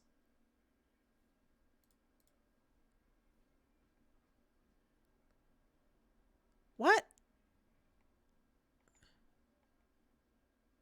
Huh?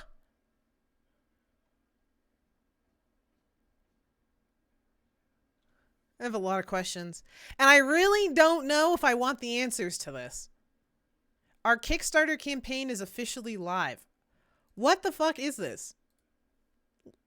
An error occurred. Like, is this a troll thing? Is this like a prank? Like a joke type of thing? It has to be like a meme that someone made in response, like, because they saw this video and were like, oh my god. Right? Maybe? I don't know. I'm too boomer for this. You had to I'm too boomer for this shit. GB thought if you could buy luxury cucumbers on the dark web, why not buy magic mushrooms I am too? also too They're boomer both for this shit. natural. They come from the It's ground, absolutely a crypto and meme? Okay. nothing natural is ever Okay, bad for fair you enough. anyways. So time to buy some special treats here. Special he thought. treats! GB used to take psychedelics as self-treatment. Yeah, like he's showing the website in the video. So I'm like, did someone make the website for the video and then just leave it?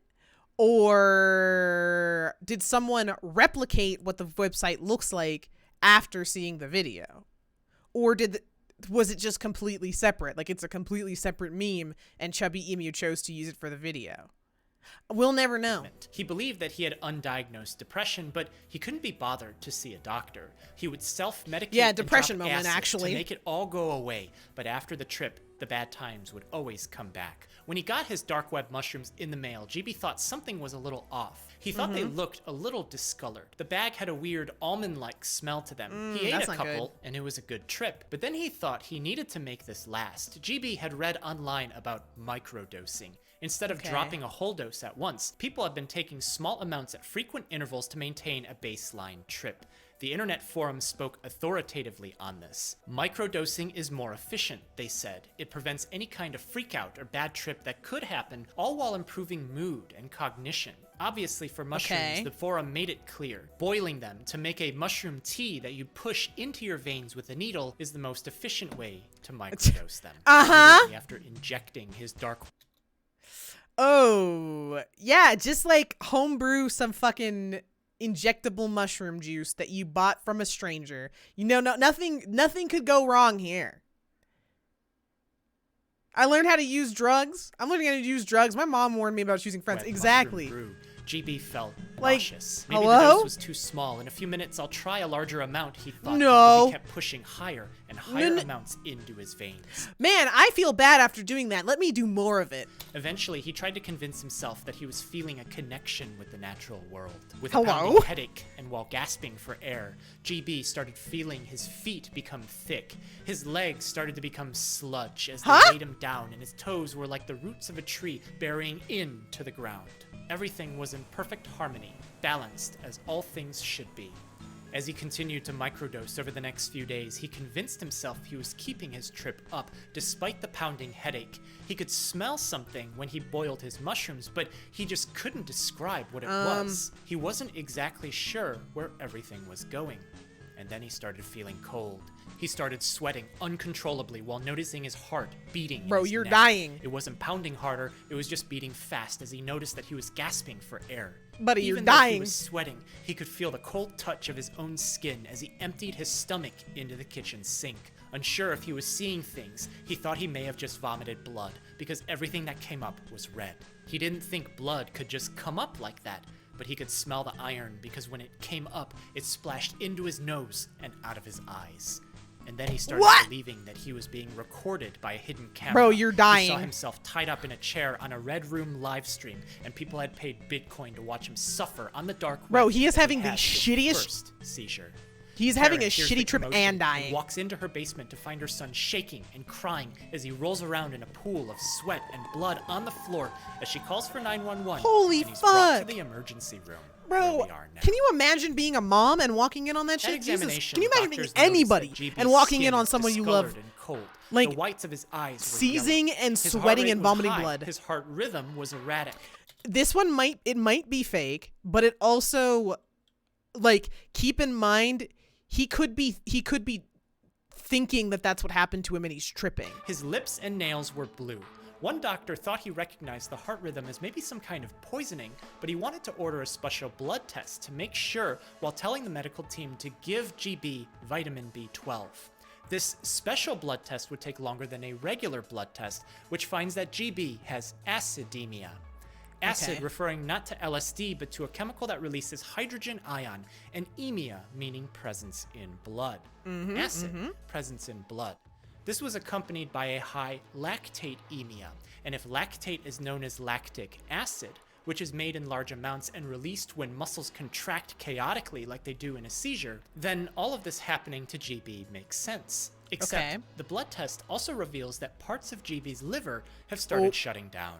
Because That's GB's not good. jaundice too, this tells the doctors that whatever has been happening inside of him could have been happening for at least a few days now. The Indeed, spleen because he's breaks been down old microdosing red blood this cells. One of the results mystery from this shrooms. breakdown is bilirubin, which is sent to the liver to be broken down even more. Bilirubin is the reason why human poop is normally brown. But if GB's liver has started shutting down, then it can't break down bilirubin. And that bilirubin flows out to discolor his skin and the whites of his eyes.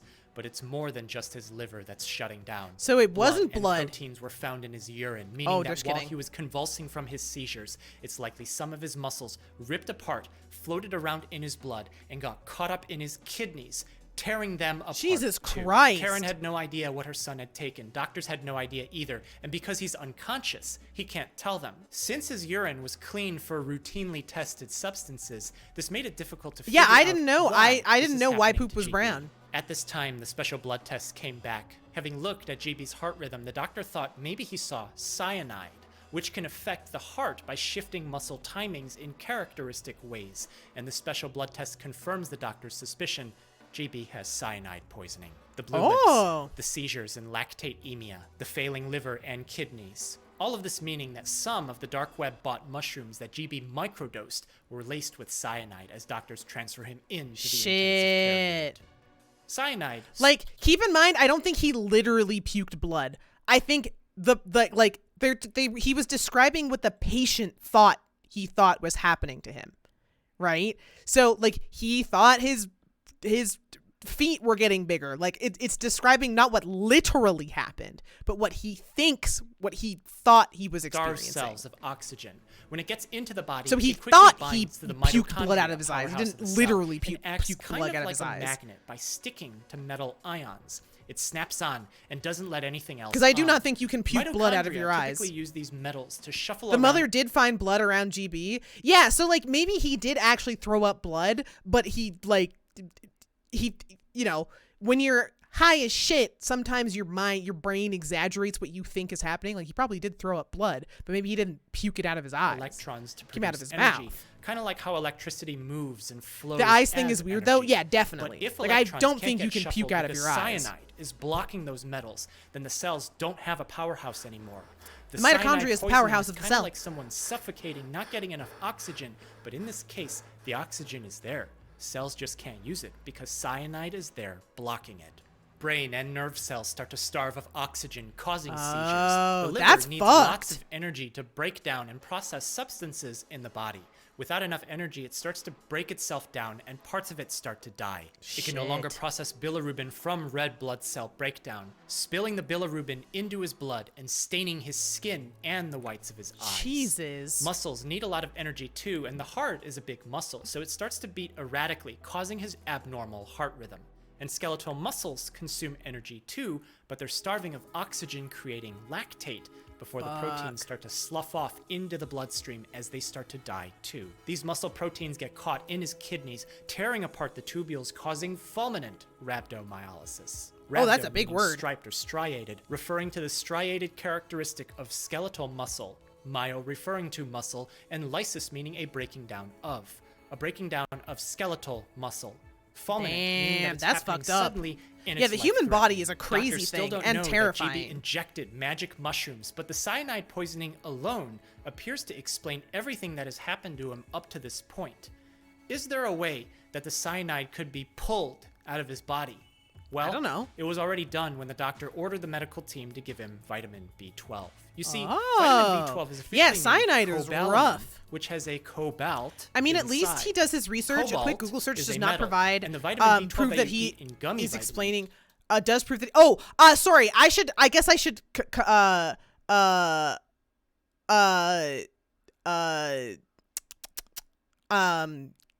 Say that Chubby Emu. So I watched a lot of Chubby Emu's videos. He is a doctor. Like he is a toxicologist.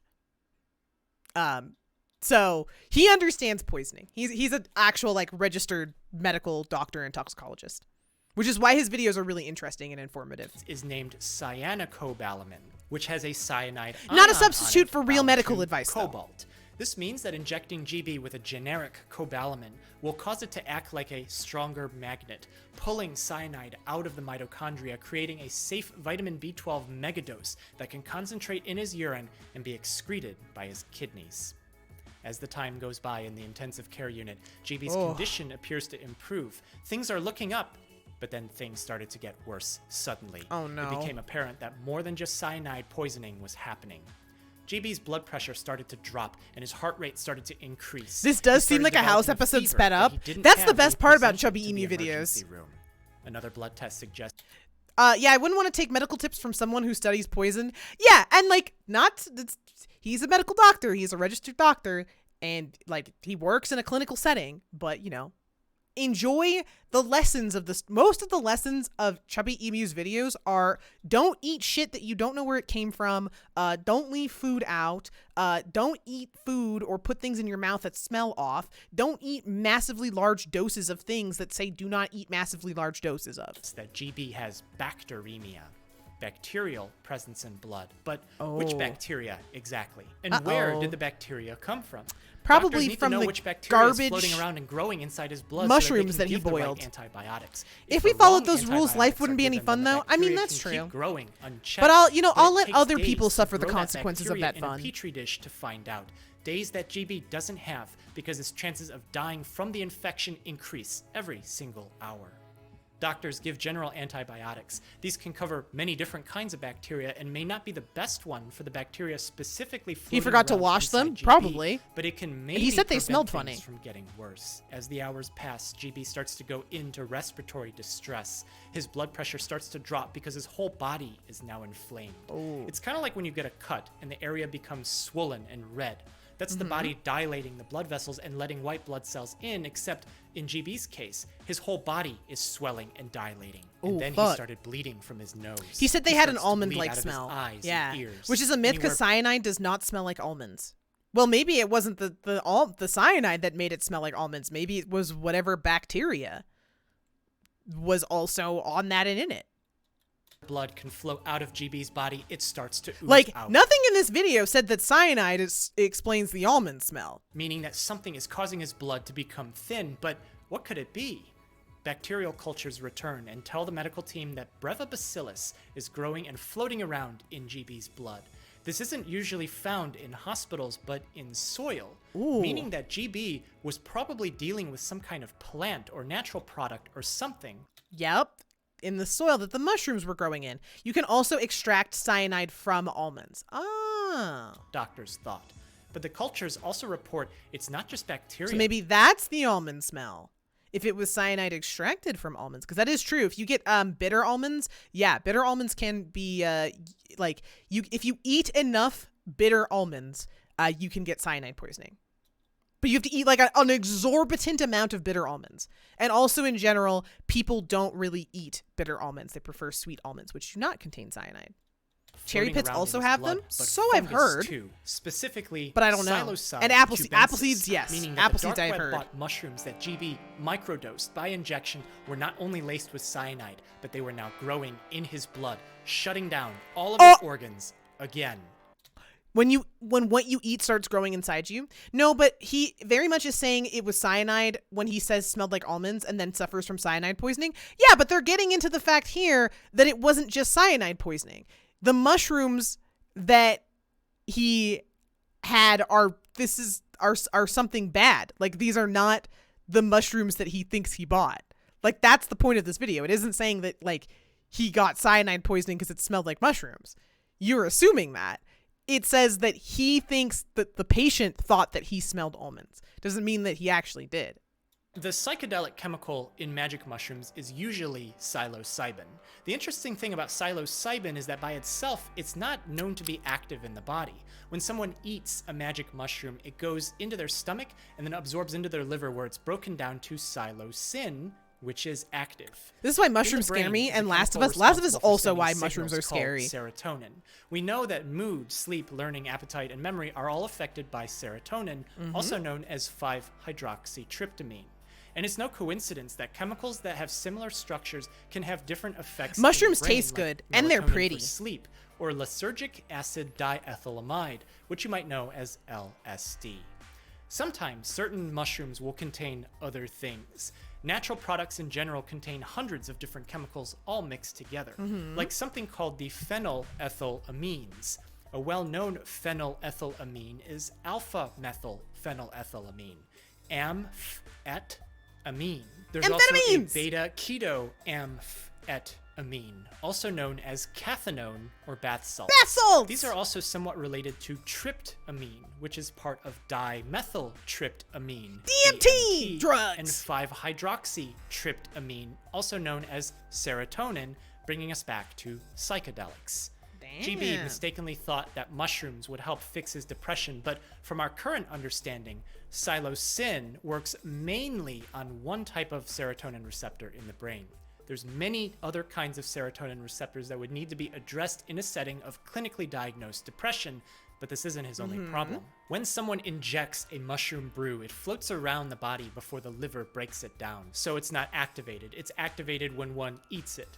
Past cases of people injecting magic mushrooms describe nausea, vomiting, fevers, muscle pain, and headaches, enough pain for them to check into the emergency room. It doesn't look like they were able to have the regular trip one would have while eating the mushrooms, only pain and suffering, just like in GB's case.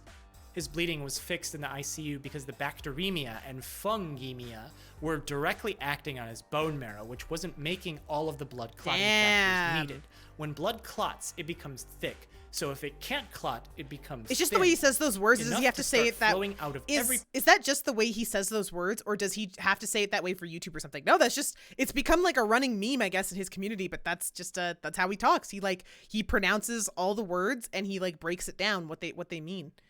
Some people really like it. I find it kind of interesting because I'm like, I don't know what these big fucking gigantic word salads mean, but they actually do mean something. Body.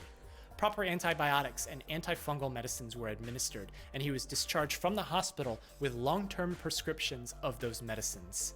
Having learned a lesson about self-treatment, about buying sketchy things from an unknown source online and putting those sketchy things into his veins, GB was able to make a recovery.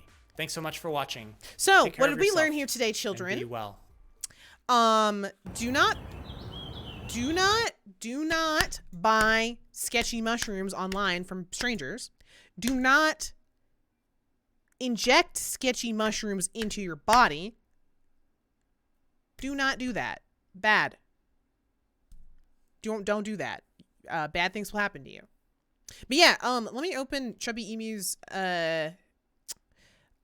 I don't remember his full name. I'm stupid. My brain is empty. I make medical videos telling stories in medicine. These are variations on cases my colleagues have seen in the past. The main goal of these videos is to tell a story about people who, as we each have a unique story to tell. Yeah, and he started his channel in 2015, and he's a licensed provider, trained and based in the United States.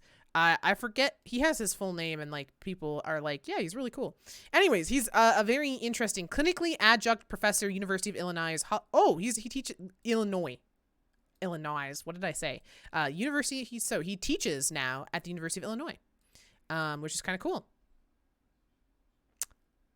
Yeah, kind of cool, right? Anyways, his videos are really interesting. If you like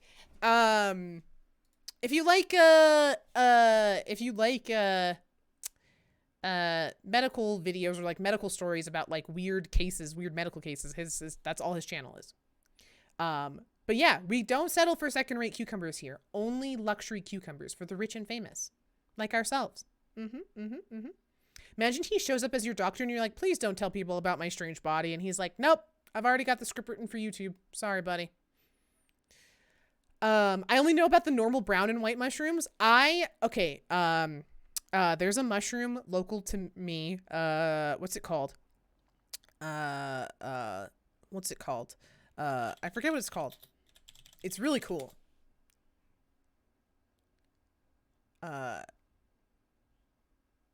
There's a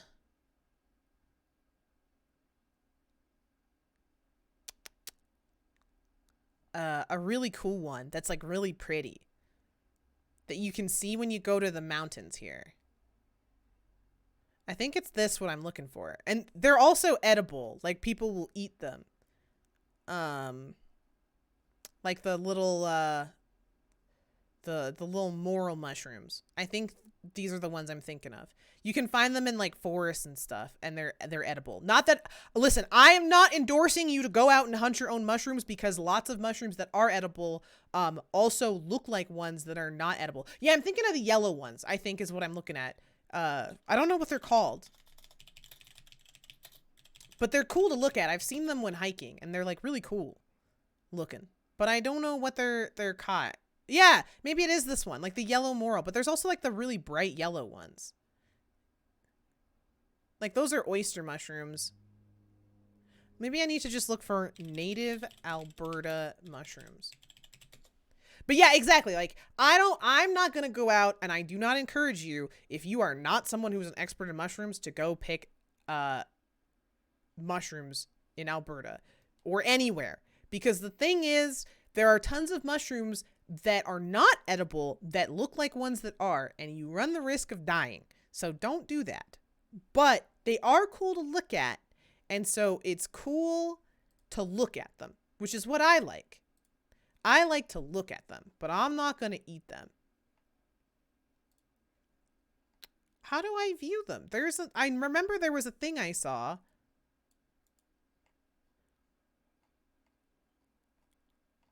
Oh yeah, here it is. These are like mushrooms that people have found in Alberta.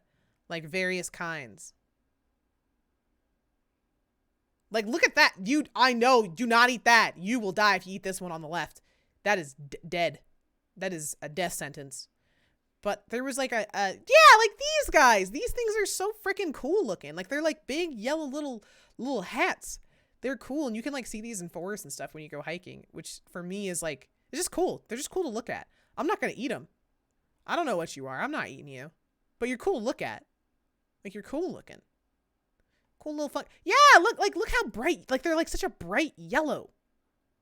Bright, like, pretty yellow color. Oh, thank you for the stretch. I am gonna, oh my god. I immediately put my arms up and my shoulders cracked.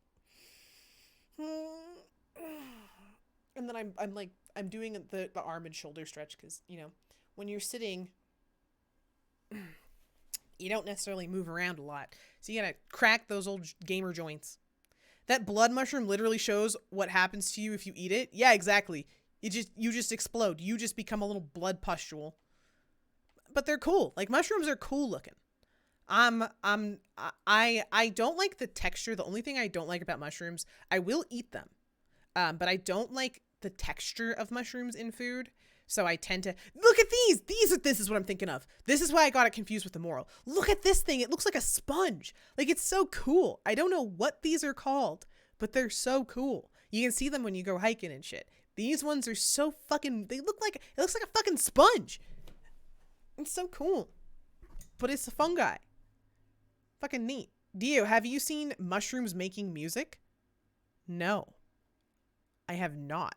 I don't know what that is. Curious. I'm not a fan of mushrooms normally either, though Asian mushrooms do it for me. Yeah, I had a friend who gave me the Chinese black fungus. Black fungus is an edible wild mushroom. Yeah, this one. I had a friend bring me some of these. It tastes, these shits in a soup go really fucking hard. Wood ear. They're called wood ear mushrooms. Oh, see, the package that I have is one labeled like this, just this fucking black fungus on it. But these things in soup go crazy hard. Crazy hard. They're so good. Hi, Crash. Good to see you.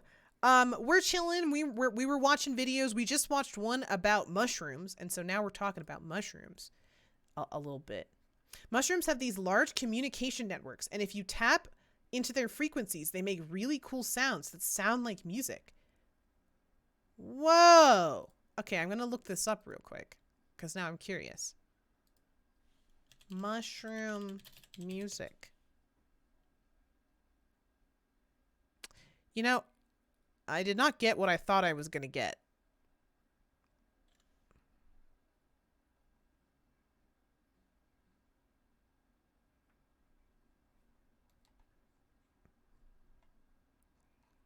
Maybe like these two?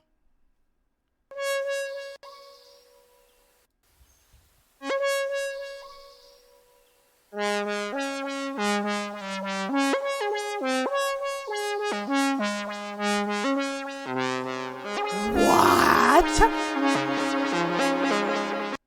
That's so fucking cool.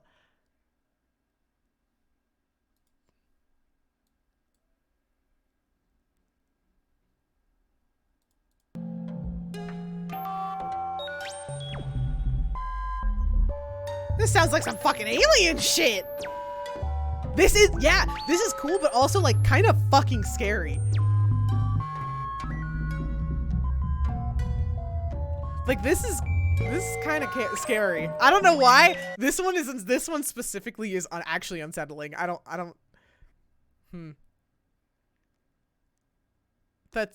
That one's like almost unsettling. It's kind of scary. No wonder people used to get high off mushrooms. They were in the music zone. Exactly.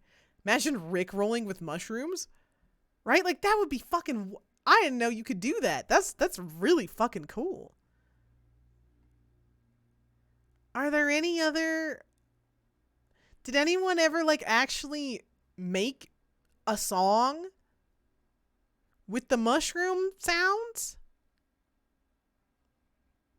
Or nah? guess not. Still, that's really fucking cool. Hey, vegans, explain this. Explain this. The plants are alive and have feelings. Listen, everything is alive. This whole earth is a big fucking rock that is full of life somehow. Look, infect mushrooms. They make good music too. Oh, neat. Mushrooms are some of the largest organisms in the world just because of their network, right? Because they're all connected and they all talk to each other. It's fucking wild. Mushrooms are crazy. Mushrooms are fucking nuts. That's fucking wild. I had no idea. I didn't know that. You guys even interested in Thomas the Tank Engine lore? What? Oh, this doesn't need to be in here. Why Canadians can't bike in the winter, but Finnish people can. I wish I could bike in the winter, but it's really fucking cold. And also, people don't shovel the sidewalks. I bet the answer to this is that, you know, in Finland and other countries where biking is the more common mode of transportation, everyone has a bike, they actually maintain the walkways and the paths for which bikes use. They don't do that here. Finland don't get a lot of snow anymore? Yeah, that too. Yeah, because, like, we get a fuck ton Here of snow. in the Netherlands, our family routinely takes advantage of the network of safe cycling paths found I don't have those almost where I everywhere. These are so safe that even our young children can cycle themselves to school, Wish that could be activities, me. and friends' houses, and they have become an important part But of it's the high also quality really of fucking life cold we and there's a ton of experience here. snow. There's 3 different lore for Unfortunately, Thomas all the of Tank this is Engine. completely impossible back in Canada because there we have winter. And of course, you can't cycle in the winter, or so I'm told, repeatedly, by people who've never tried it. This is the city of Oulu in Finland. It is considered the Whoa. winter cycling capital of the world. The USA tried to This make the is a bike city lanes but where did them poorly. 22% of Mind all if I trips share are a taken link by about the bicycle. mushroom goal? Wait, mushroom goal. Speaking of mushrooms, have you heard of a lab in New York that made mushroom bacon? I have seen the mushroom bacon before. But yeah, I'll let me permit you. I don't know what is the mushroom goal? Like, what is that? Oh, it lets you through. No problem. Oh, that's right, because I have YouTube links. Is HelloFresh worth the price? How mushrooms are turned into bacon and styrofoam. Oh, yeah. I have seen this. Yeah, I've seen this before. I don't know if we've watched it on chat before. But yes, I have seen this video. Yeah, where they turn. I think we have watched this on stream once before. But yes, I have seen the mushrooms into bacon and styrofoam packing. I have shared this one. I think it's really cool. I'm gonna leave it open because I might watch it again because it is a good video. And where 77% of the population says they cycle at least occasionally. And yet, despite their harsh winters, over half of these people cycle all year round. Right, but look And at it's not just the young and the strong who look at the bike lanes, right? Look at the lanes. Like it's fucking cleared of snow. Also, how cold does it get in? I don't know. This is me not knowing. How cold does it get in Finland? cycle in the winter here. You'll see even very elderly people cycling in Minus 20, -20 very degree cold. weather. Fair. This is what the bicycle parking lot of a typical elementary school in Oulu looks like in January, because Holy shit. 52% of all trips to school and university are taken by bicycle. Wow. Also, Somehow, why don't these people even put their little bikes away Finnish properly? kids can cycle all year round. So this does lead to the obvious question. Why are Canadians such giant wimps? Because we don't have biking But infrastructure. maybe it's not quite that simple. This is the city of Tampere, also in Finland. Despite the fact that Finnish people call this a swimming pool, far fewer people cycle in Tampere compared to Oulu. So Yeah, because why look at is the this? road. Like, Fortunately, it's so difficult we don't to have spike to through guess that. because researchers have studied and written Source papers Denmark. about It winter sucks cycling, how, and the results are very Oh wait, the USA does everything works. They do, but assholes just push the bikes. Source Denmark bikes a lot too. Wait, what do you mean? What does that mean? Assholes push the bikes. What did I miss? I'm confused. It sucks how America is based on car economy. So is Canada, which is where I live, and force people to have cars to have a decent living. Yep. Like I would be super happy to bike more places, but like, so I used to bike a lot when I was younger, and like it was a big thing because like for me, I lived close enough where I could walk to school, but the walk to school was kind of long, and I didn't like that it like, you know, so much of my time in a day was stuck to commuting. So I liked biking, and like I could you know, the community that I lived in, it was really nice. I could do things like I could bike to the park by myself and I could go play with my friends, or like I could bike very easily to the corner store. And I could do that by going through like the park to the corner store. And then I could like go get a snack by myself, or like, you know, if my mom needed me to go pick up a thing of milk or something, you know, I could go do that by myself. And that was very normal when I was a young bean. I would do that. And as well, one thing that was really exciting for me, you know, kind of like your kid's first independence is going to school by themselves for a lot of kids. Not so much. It's becoming less of a thing now, I'm noticing, at least in Canada. I can't speak of anywhere else in the world. But I'm noticing it's becoming less of a thing of kids like sort of having that first moment where they escort themselves to and from school. But you know, it was a big thing. I remember I was so excited when I was finally allowed to start biking to school by myself. And my parents were very hesitant at first because, you know, I was a firstborn kid, and parents are always protective of kids. You're scared. They're scared of them getting hurt, right? Especially when they're little. But my parents were willing to let me to bike to school because I only had to cross one street. And the one street that I had to cross had a marked crosswalk and was in a school zone. And so my parents felt that you know, that's very safe. You only have to cross one street and the rest of it is just following a bike path. That's very safe. Like, you can reasonably do that. And guess what? When I was 11, I was crossing the street, walking my bike across, and I got hit by a car. And I flipped, and I smashed into the windshield and rolled off the side of the roof and onto the road. And I remember this. Like, I was 11, and I remember this. I remember it was just like the scariest thing in my entire life. And I remember, like, I didn't want to bike to school anymore. I was too scared. And for a long time, I was very, very terrified of cars. I remember at one point in my life, I met a doctor, and a doctor was like, you know, you probably have post-traumatic stress disorder. And at that time in my life, I had subscribed to the sort of popular misunderstanding that PTSD is for people who have been in war.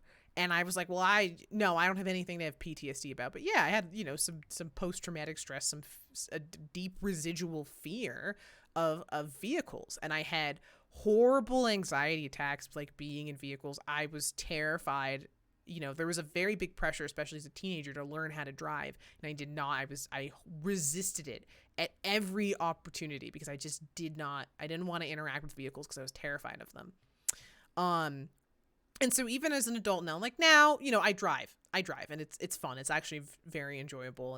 And, you know, I'm not horrified of cars anymore, but I'm definitely nervous and hesitant to bike anywhere because, roads and stuff, like everything is designed for cars and it's not designed for pedestrians, much less like the in-between of bicycle traffic, which is sort of like it's a moving vehicle. So, you know, it's not reasonable to expect bikes to share space with pedestrians. That's not safe for pedestrians. It's not an enjoyable experience for cyclists, but it's also not safe or reasonable to expect cyclists to be safe next to cars.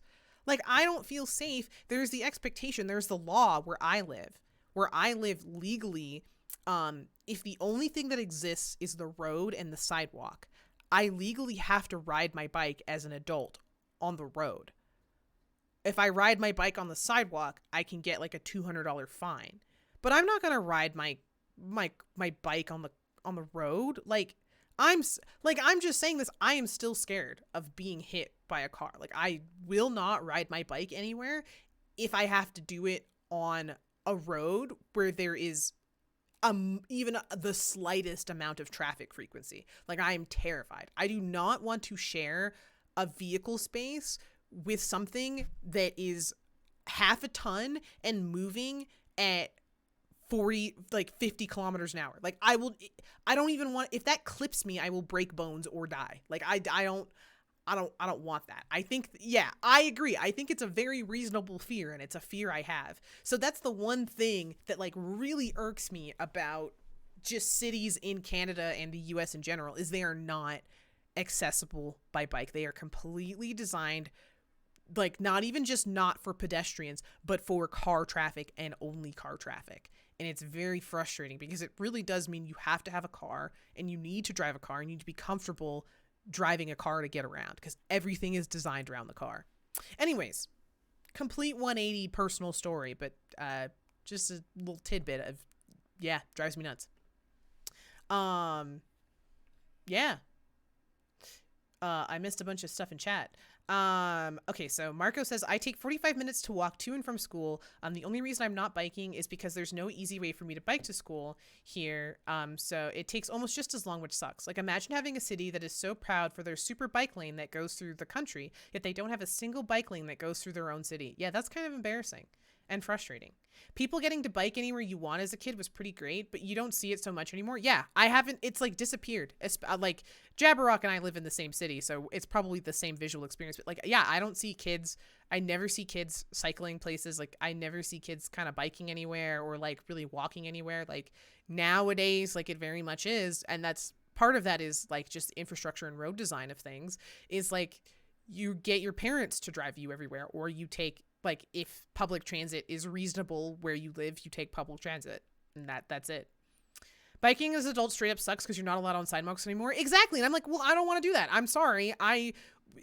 If I, as a person on a bike, hit a person who's walking, or a person who's walking walks into me, the risk of injury there is not non-existent. But, we're talking about bumps and scrapes and bruises, like things that it's going to hurt. I'm going to be unhappy. Like, maybe if you take a really bad fall, you might fracture something or sprain something. Okay. If I get clipped by a car, there is a reasonable expectation that I might die. Like, it's not a fair comparison. As a pedestrian, I would rather be hit by a bike than a car. As a cyclist, I'd rather accidentally run into a pedestrian than a car. But I'm expected to share the space with a car. I still can't drive yet. I'm 19. I'm still terrified of driving, so I feel you. I don't blame you. Like, I think truly, like, I'm glad now that I've kind of overcome this fear and I can drive, because I need to in order to get around and like do things like go grocery shopping and go to work and what have you. But, I think the worst thing you can do is if you are afraid of driving, or you're afraid of being behind the wheel, like a scared driver is an unsafe driver. It's better to not drive if you're scared than to force yourself to drive if you are scared. It's better to overcome that fear first, and definitely more safer too. We need better things to get your driver's license than some questions and a short driving test. Oh, agree. And I'm a big major proponent of retesting. I think, if you're operating a massive vehicle, like the way that I think about it is this: if I want to get a license to operate a crane, right? Like, let's say I'm someone who works in like a store. And I use they use a crane to move pallets, or they use a crane to stock the shelves.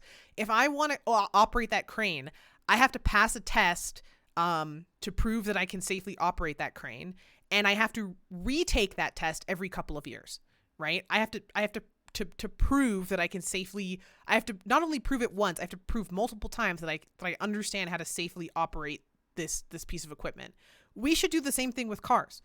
Cars are like massive, like, moving pieces of machinery that weigh a lot and move at super high speeds, and like the risk for injury and death is so high with these things. You should have to retest to keep a license. Like, there should be a point where you have to retest and prove over and over again that you understand how to operate the vehicle safely. I don't know how to overcome my fear of driving. Advice: therapy. Honestly, like, you have to figure out the source of your fear, why you're afraid, and you are probably best going to figure out how to address that and identify it with a therapist, because that's what worked for me was therapy, and then slowly, like, learning about cars and learning how they work and learning how to drive, like, ended the fear for me. If I hit a pedestrian, we both go down, but if a car hits me, they absolutely will keep going. Exactly. Here in Denmark, if you're above a certain age, you have to retake the driving test every few years. This also counts if you are at fault for a major accident. Yeah, that doesn't exist where I live. I think it should be that way. I wish it was like that here in Canada, but it's not. Like, where I live, if you, like, it is unbelievable how difficult it is to take someone's driver's license away, even if you do bad things. So like after your driver's license expires, you need to retake it, or maybe at a certain age or a certain amount of time. Yeah, exactly. Like I think, you know, my driver's license, for example, expires every 5 years. I think it's a 5-year expiry. Why don't you should have to, the same way you have to retake your picture and like get a new card and update all your government information and blah, blah, blah. You should have to retake the test just to be sure that you can drive safely. When I renewed my license, I thought they let you keep your old pic, but they didn't this time, and I looked so gross that day. Oh, they've never let me keep my in old cities picture. with cold I winters, always have to there take is a new almost one. no correlation. Luckily, if they have to between identify a winter corpse, they can use my temperatures and the license amount pic of for winter sure. cycling. Oh, feels bad. Let that sink in. The temperature and weather conditions do not significantly affect the level of winter cycling in a city. It is a complete myth that people do not cycle in the winter because of the cold. But your So what paths does and the research infrastructure tell have us? to be maintained. Well, there need to be 2 things in place to get people to cycle like they do in Oulu. Mm-hmm. First, is there a network of safe bicycle paths? Yep. Ding, ding, ding, ding, Is ding. it possible What's to my get prize? to where you want to go without having to share the road or regularly cross paths I love this video, but I was so sad when he shit-talked my country, even though with he was very high-speed nice. motor traffic? Yep. That's This the, is something that's that the Oulu does indoctrinated exceptionally patriotism. It's bred into all of us. Even like it's bred into me. Like whenever people say bad shit about Canada, I'm like, no, don't do that. But then I'm like, no, actually, you know, you're allowed to criticize any country, and you should criticize the things you like. Oulu has 875 kilometers damn! of separated bicycle paths Be that nice. connect every part of the city. You know what I mean? That's over 4 meters of bicycle path for every resident. Wow. In fact, Oulu has only about 600 meters of painted bicycle lanes in the entire city, which makes perfect sense because when it snows, you can't see white paint. But you can see images cleverly projected on the snow from above. Oh. Nicely done, Oulu. That's cool. And this is not some kind of super compact medieval European city either. Oulu has plenty of car-centric sprawl and many people live in single-family homes. In fact, it has almost exactly the same urban population density as my hometown of London, Ontario in Canada. Like, this is creepy how close these numbers are. And why is it that every city has the ugliest flags, except for Amsterdam? Anyway, there is literally City flags are zero the stupidest reason shit why a ever. typical mid-sized I'm gonna say Canadian that. city I couldn't hate be America like and I live Oulu in it. if Okay, it you're was valid, designed though. properly. Oulu Like he had a just very takes the common effort concern to about a bike connect path in everyone. my city, but I was like, oh, come on. At least it's there. Or people take a different road. Yeah, exactly. At least you guys have a bike path. Imagine having bike paths. Wait, do we have a city flag? Yes, we do. It's ugly.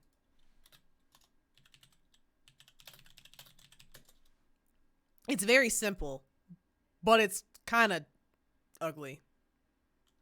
I don't like it. It's ugly. Yeah, it is a cowboy hat.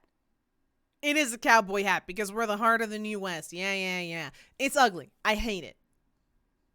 Chicago is a good city flag? Does it really? Chicago city flag.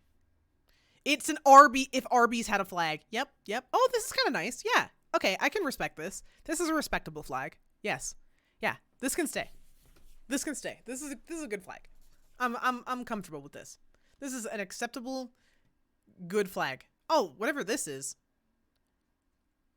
What is this one? Oh, this is St. Louis? St. Louis. St. Louis kind of nice. This is a nice flag too. Okay. I hate city flags in general. Like, there's no need. I didn't like, you know what I mean? Like, most people don't know what their city flag is. Look up Velge Danish city flag. Okay. I feel like city flags can't be too good because, like, country flags gotta be. Yeah, that's true. Country flags have to be good. Oh, isn't this the Danish flag with a crest in it? That's kind of cool. That's actually not that bad. I'm here for that. Like, that's actually pretty decent. That's pretty decent. U.S. state flags are almost all bad. I like Maryland's flag. Okay. Oh, all the city flags are the country flag with the crest. Okay, that makes sense. That's really nice. Oh, That is a really cool flag. Wait, that's actually really neat. The pattern is awful. Like, why? Do not do this. Dude, this pattern, no. Like, on a sheet or something, ugh, do not do that. But as a flag, yeah, this kind of pops. Kind of pops. Anyways, let's finish this damn flag. Resident to the bike places video. they want to We're, go like, getting with distracted. safe paths for walking and cycling.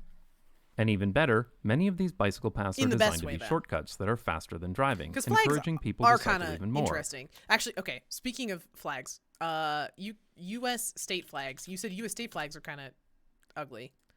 What do they look like? Those are all fine. Like, they're all kind of like big, chonky motherfucking crests in the middle of like a blue background for 90% of them. But like, they're fine, I guess. Yeah, exactly. Blue with seal no one can fucking read. Here's the Canada provincial flags. Some of which are like, you still like the New Mexico flag. Okay, wait, hold on. New Mexico flag. What is that one? Fog. Oh, I like that. That's a really nice flag. That is really nice. I like that. That's cool. So here are the Canadian provinces and territory flags. They're fine. Anyways, guess which one is Alberta? If you guess the one that looks like an American state flag, you'd be correct. It do be the blue one with the crest that no one can read on it.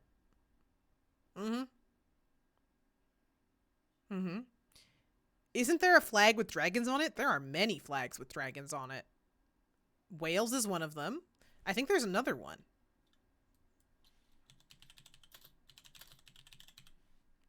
Wow, someone else Googled this exact question. Is it only Wales? Wait, maybe I'm wrong. Maybe it's only Wales. Nope. Wales, Bhutan, Malta. That's a dragon. That looks like a horse, but okay. Oh, so there's 3. Wales, Bhutan, and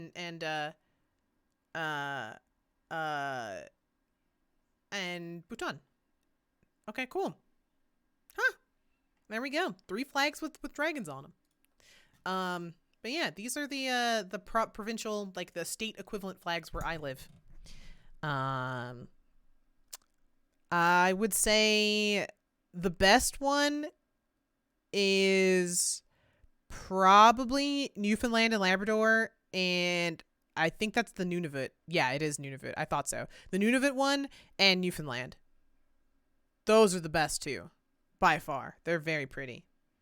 In Hoi 4, you can make the Thunder Dragon Empire as Bhutan. Ah! Well, very fitting. Very fitting. All right, we're finishing this video, and then I'm going to go take a late lunch. In the Netherlands. Because I need to eat And food. if that wasn't enough, Oulu also has over 300 underpasses that pedestrians and cyclists can use to avoid major roads.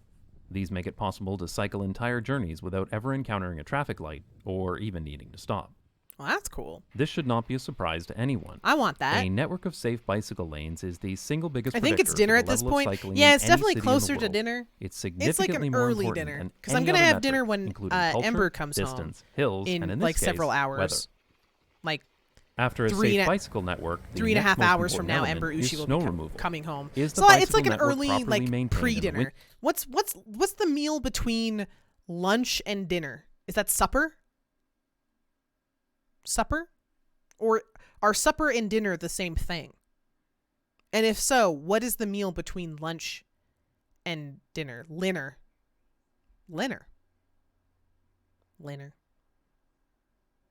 Let's go with Linner. Yeah. Supper or Linner. Lunch too. Also true. Yes. Second lunch. Winter. And this is the real key to Second Oulu's lunch. success, as there are very, very, very few cities that do this well. Toronto, as an example, is a city with fairly mild winters, compared to Finland and most of Canada for that matter. Yet very, very few people cycle there in the winter. Because when you look at videos of winter cycling in Toronto, Is there any Because surprise? it's not safe. Like, I would Most never of want to do Toronto's this. bicycle paths are painted bicycle gutters. These become dumping grounds for snow. They're routinely driven over by drivers, leaving tread marks that melt and refreeze into impassable paths of jagged ice, forcing cyclists Scary. to share the road with cars. Even the proper separated bicycle paths often get snow dumped in them by snowplows. And only a fraction of the already minuscule bicycle network is maintained in the winter. The city says they don't even start plowing unless there's more than 5 centimeters of snow. This is the reason why few people cycle through the winter in Toronto. Yeah, because or you any other can't Canadian use the city. infrastructure Not that the barely weather. even exists in the first place. In Oulu, the priority bicycle routes are all plowed within 3 hours of a 2-centimeter snowfall, and they will be plowed multiple times per day if necessary.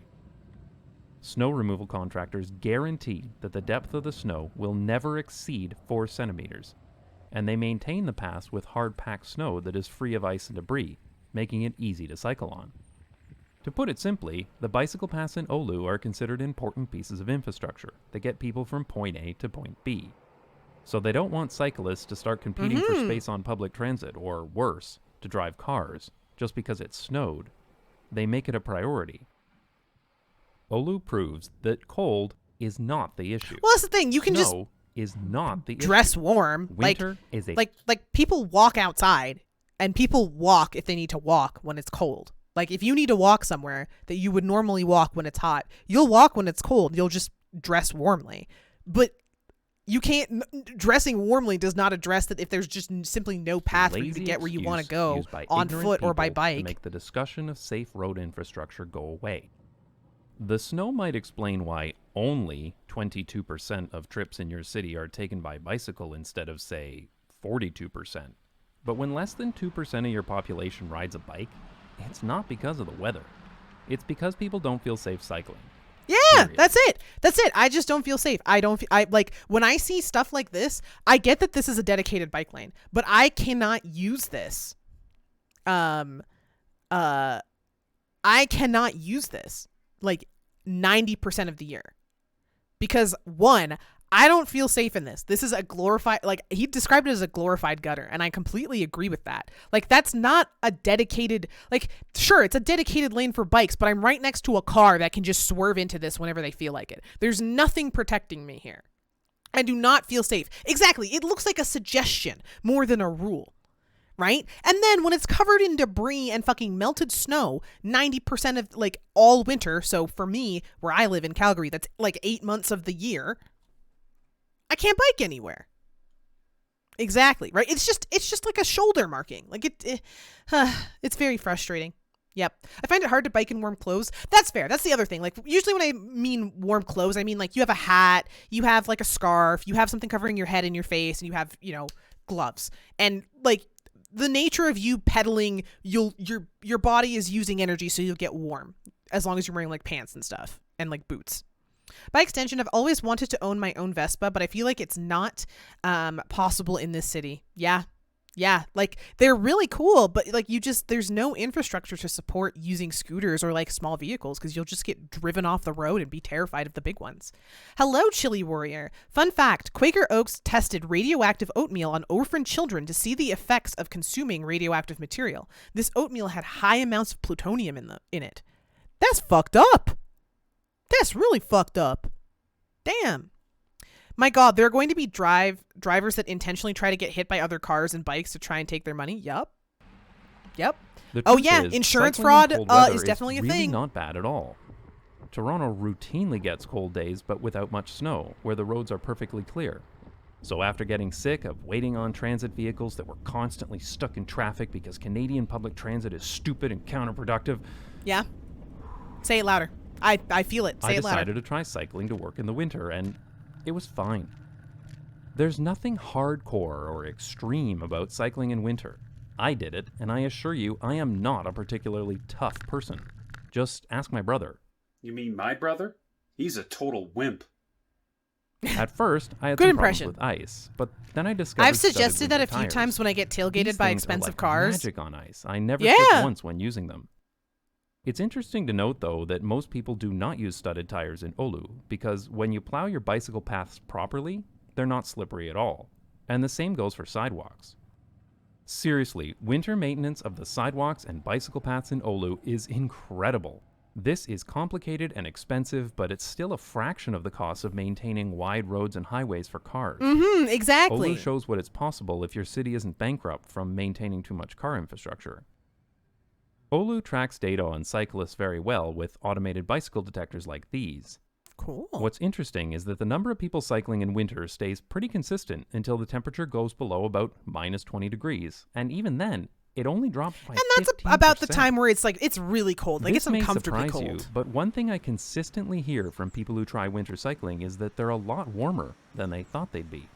Well, because your body's I thought moving. cycling in the winter would be frigidly cold, but you warm up surprisingly quickly. And cycling in the snow is actually quite pleasant. Well, it's Drivers pretty. typically drive much slower, the noise pollution of the city is muffled, and it's easy to maintain a comfortable temperature. Should I in brake all check but the this coldest asshole, weather right? Like, you're conditions. just like, should I just like I let them definitely pay prefer it by for my new far car to because they're cycling in the driving rain. like belligerently with their expensive car? Some people like to talk about the gear you need for winter cycling, so I'll share Every what I would winter, typically there's wear a when part cycling in the winter. of First, I recommend a jacket. For every winter, there's a part of the sidewalk that always has like 4 inches of ice all winter long. See, and I hate that shit. Like, if you just if it's just shoveled, then you don't have a fucking thick fucking ice rink, and then you can actually walk. Amazing. This is like a big just warm clear the shirt fucking that snow. you wear over your clothes. Next, you'll need gloves. These are kind of like shoes, but for your hands, which is why both the Dutch and the Germans call them hand shoes. Oh. I'd also Yeah, I did recommend not one know of that. these woolen head coverings. People call these by Whoa. many different names, What the but fuck is they're all that? wrong. It's called a toque. Correct. It is a toque. Now that you've got your Yes, specialized gear, it is a you're toque. ready to go cycling in the winter. Or if you're from the middle of Canada or like the Ontario, it's a tuck, but it's a toque. Now, when the temperatures get really cold, like below minus 20 degrees, you'll want to wear more layers and a scarf. But it's exactly the same kind of clothing that Canadians routinely wear when skiing, snowmobiling, or doing any other kind of winter activity. You can even get pogies for your bike to keep your hands warm, just like they do for snowmobiles. These are great. Thankfully, several frigid Canadian cities have stopped giving cyclists the cold shoulder and are Puckers! warming up to the idea of winter cycling, though progress is still glacial. Insert joke about snow. Ha.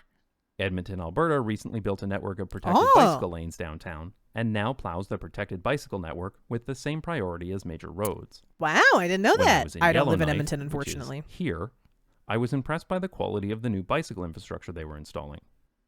And Montreal saw an 83% increase in winter cycling in 2020 over the previous year's average, likely due in part to the addition of more separated bicycle lanes. They've also started to use not just snowplows, but ice crushing machines like this one to clear the bicycle paths. And I really enjoy the dramatic music in the manufacturer's Whoa! marketing What video. the fuck? That's going off. That's where you're from? Oh, that's But so while this is cool. good progress, all of this pales in comparison to Oulu. Yellowknife. Edmonton Yeah, only it's a plows cool small place. I have a 8 friend who just kilometer moved bike up there, network actually. downtown, and only within 24 hours. I've never been, but I have a friend who Most moved of up there. Yellowknife's bike network is still painted bicycle gutters, and Montreal puts away their bike share bikes for the winter. Unfortunately, winter is still used as the #1 excuse for inaction in Canadian cities, even in cities that get very little snow in the winter. Meanwhile, Oulu gets more snow than almost any major city in Canada. Canadians also love to exaggerate about the cold, but most Canadian cities only get a handful of really, truly cold days per year. This is true. Just like I biked to Finland. work in Oklahoma on back roads. It was just layers But when and your wind only protection. exposure Yeah, to exactly. winter is the walk across the parking lot to your car, you never get used to the weather, and you get an exaggerated sense of how cold it gets. Ultimately, like everything else with cycling, The ice it crusher just is what comes I down want to whenever I safety and shovel snow. convenience, Same. and I want cold one. weather I need doesn't one. significantly change that. A great place to learn more is the Winter Cycling Congress that happens every February. Neat. This event brings together advocates and professionals with a goal of making year-round cycling a normal and practical activity. A viable I transportation want to option try it for because I people plan of on all getting ages a and bike next abilities, year because regardless of we've winter tried weather to conditions. maintain my existing bike and it's This just year, falling the Congress apart. is So I'm being probably held going to get a online new on one. February 11th, so it's easier But than I ever I to want to attend. bike more instead More of information on driving that everywhere. is in the comments I want and to at bike more. wintercycling.org. The But best whether way you to attend the beat Winter snow Cycling is a Congress or heat not, gun and you tie it need to a more Roomba and people let to that learn loose the in your truth driveway. about Oh my winter god. cycling. It's You're a not genius. the cold. Why It's didn't I not think of the that? snow. What the fuck? It's a proven fact that people of all ages will ride a bicycle in the winter, but only if the city is designed for it. Yeah. And That's more it. places should be designed this way so that cities can be as healthy, productive, convenient, and sustainable as Oulu. Huh. Neat. I'd like to thank my supporters on Patreon who pay me to call out wimpy snowflake Canadians who can't handle a little Hey, bit of cold. leave me alone. I am a If you'd like to wimpy support the channel snowflake and get Canadian, access to bonus and it's videos, fucking cold. visit Even a little bit of cold is too much. Not Just Bites. I get it. I live in Canada. I should be tolerant of the cold, but I'm not. Okay? I'm a little wimpy little bitch. Leave me alone. What the fuck? I didn't do anything to you. I am a weakling, and I'm proud. I'm proud of my weak constitution when it comes to the cold. All right. That being said, I, Deophest, am going to go get some food because I need some energy in my body. So we are going to look for a target for raiding. But I hope you guys enjoyed. We finished Detention, and we got to watch a couple of interesting videos and have some like really interesting conversations as a result, which was kind of fun. You know, it's always fun to see what you guys think of various things. If you are not already in the Discord, please consider joining because we have conversations on there pretty routinely, and it's pretty fun. It's a pretty good time. Yeah, it was good. It was a good experience. We should maybe do this more on the weekend, like a little bit of gaming and a little bit of video watching and chilling and chatting. Haven't done as many chatting games recently. We're gonna host another person who's chatting, namely Miss Girl of the DM, because maybe she's ending. Hold on. How do I unmute the thing? Is she ending? If it does happen, then we have that redeem thing, kind of like the backseating one as well. I have that one, or drinking game. Drinking game's the Noita specific one. Katana, magic, not a. She's been streaming for 5 hours, so I wonder if she's ending. But it doesn't look like it. So I think we're gonna raid. I want to raid Miss Girl of DM. Like I really want to, because she was doing some fun stuff where she was making slime and stuff. So I want to go raid Miss Girl of DM, and if you're down, you know, stick around. We're gonna go say hello to her, see what she's chatting up to and getting up to today. Now that she's back, she went on a vacation, so maybe she's talking about her vacation. Here's the raid call. Here's the raid call if you want to use it.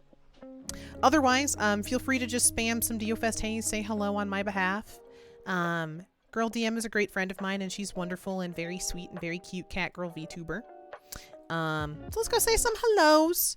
Have a great rest of your Saturday if you're staying up. I know for a lot of you, you just started your day, so have a great rest of your Saturday. Thank you for coming to hang out with me.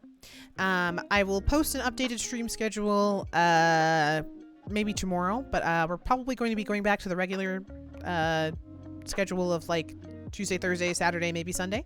Ooh, and thank you for the stretch right to end off the stream. But yeah, much appreciated. Spam some DFS Haze. Enjoy Miss Girl of the DM. Have a great rest of your weekend. I will see you very soon. I love you. I appreciate you. Thank you for coming to hang out. Let's go say hello.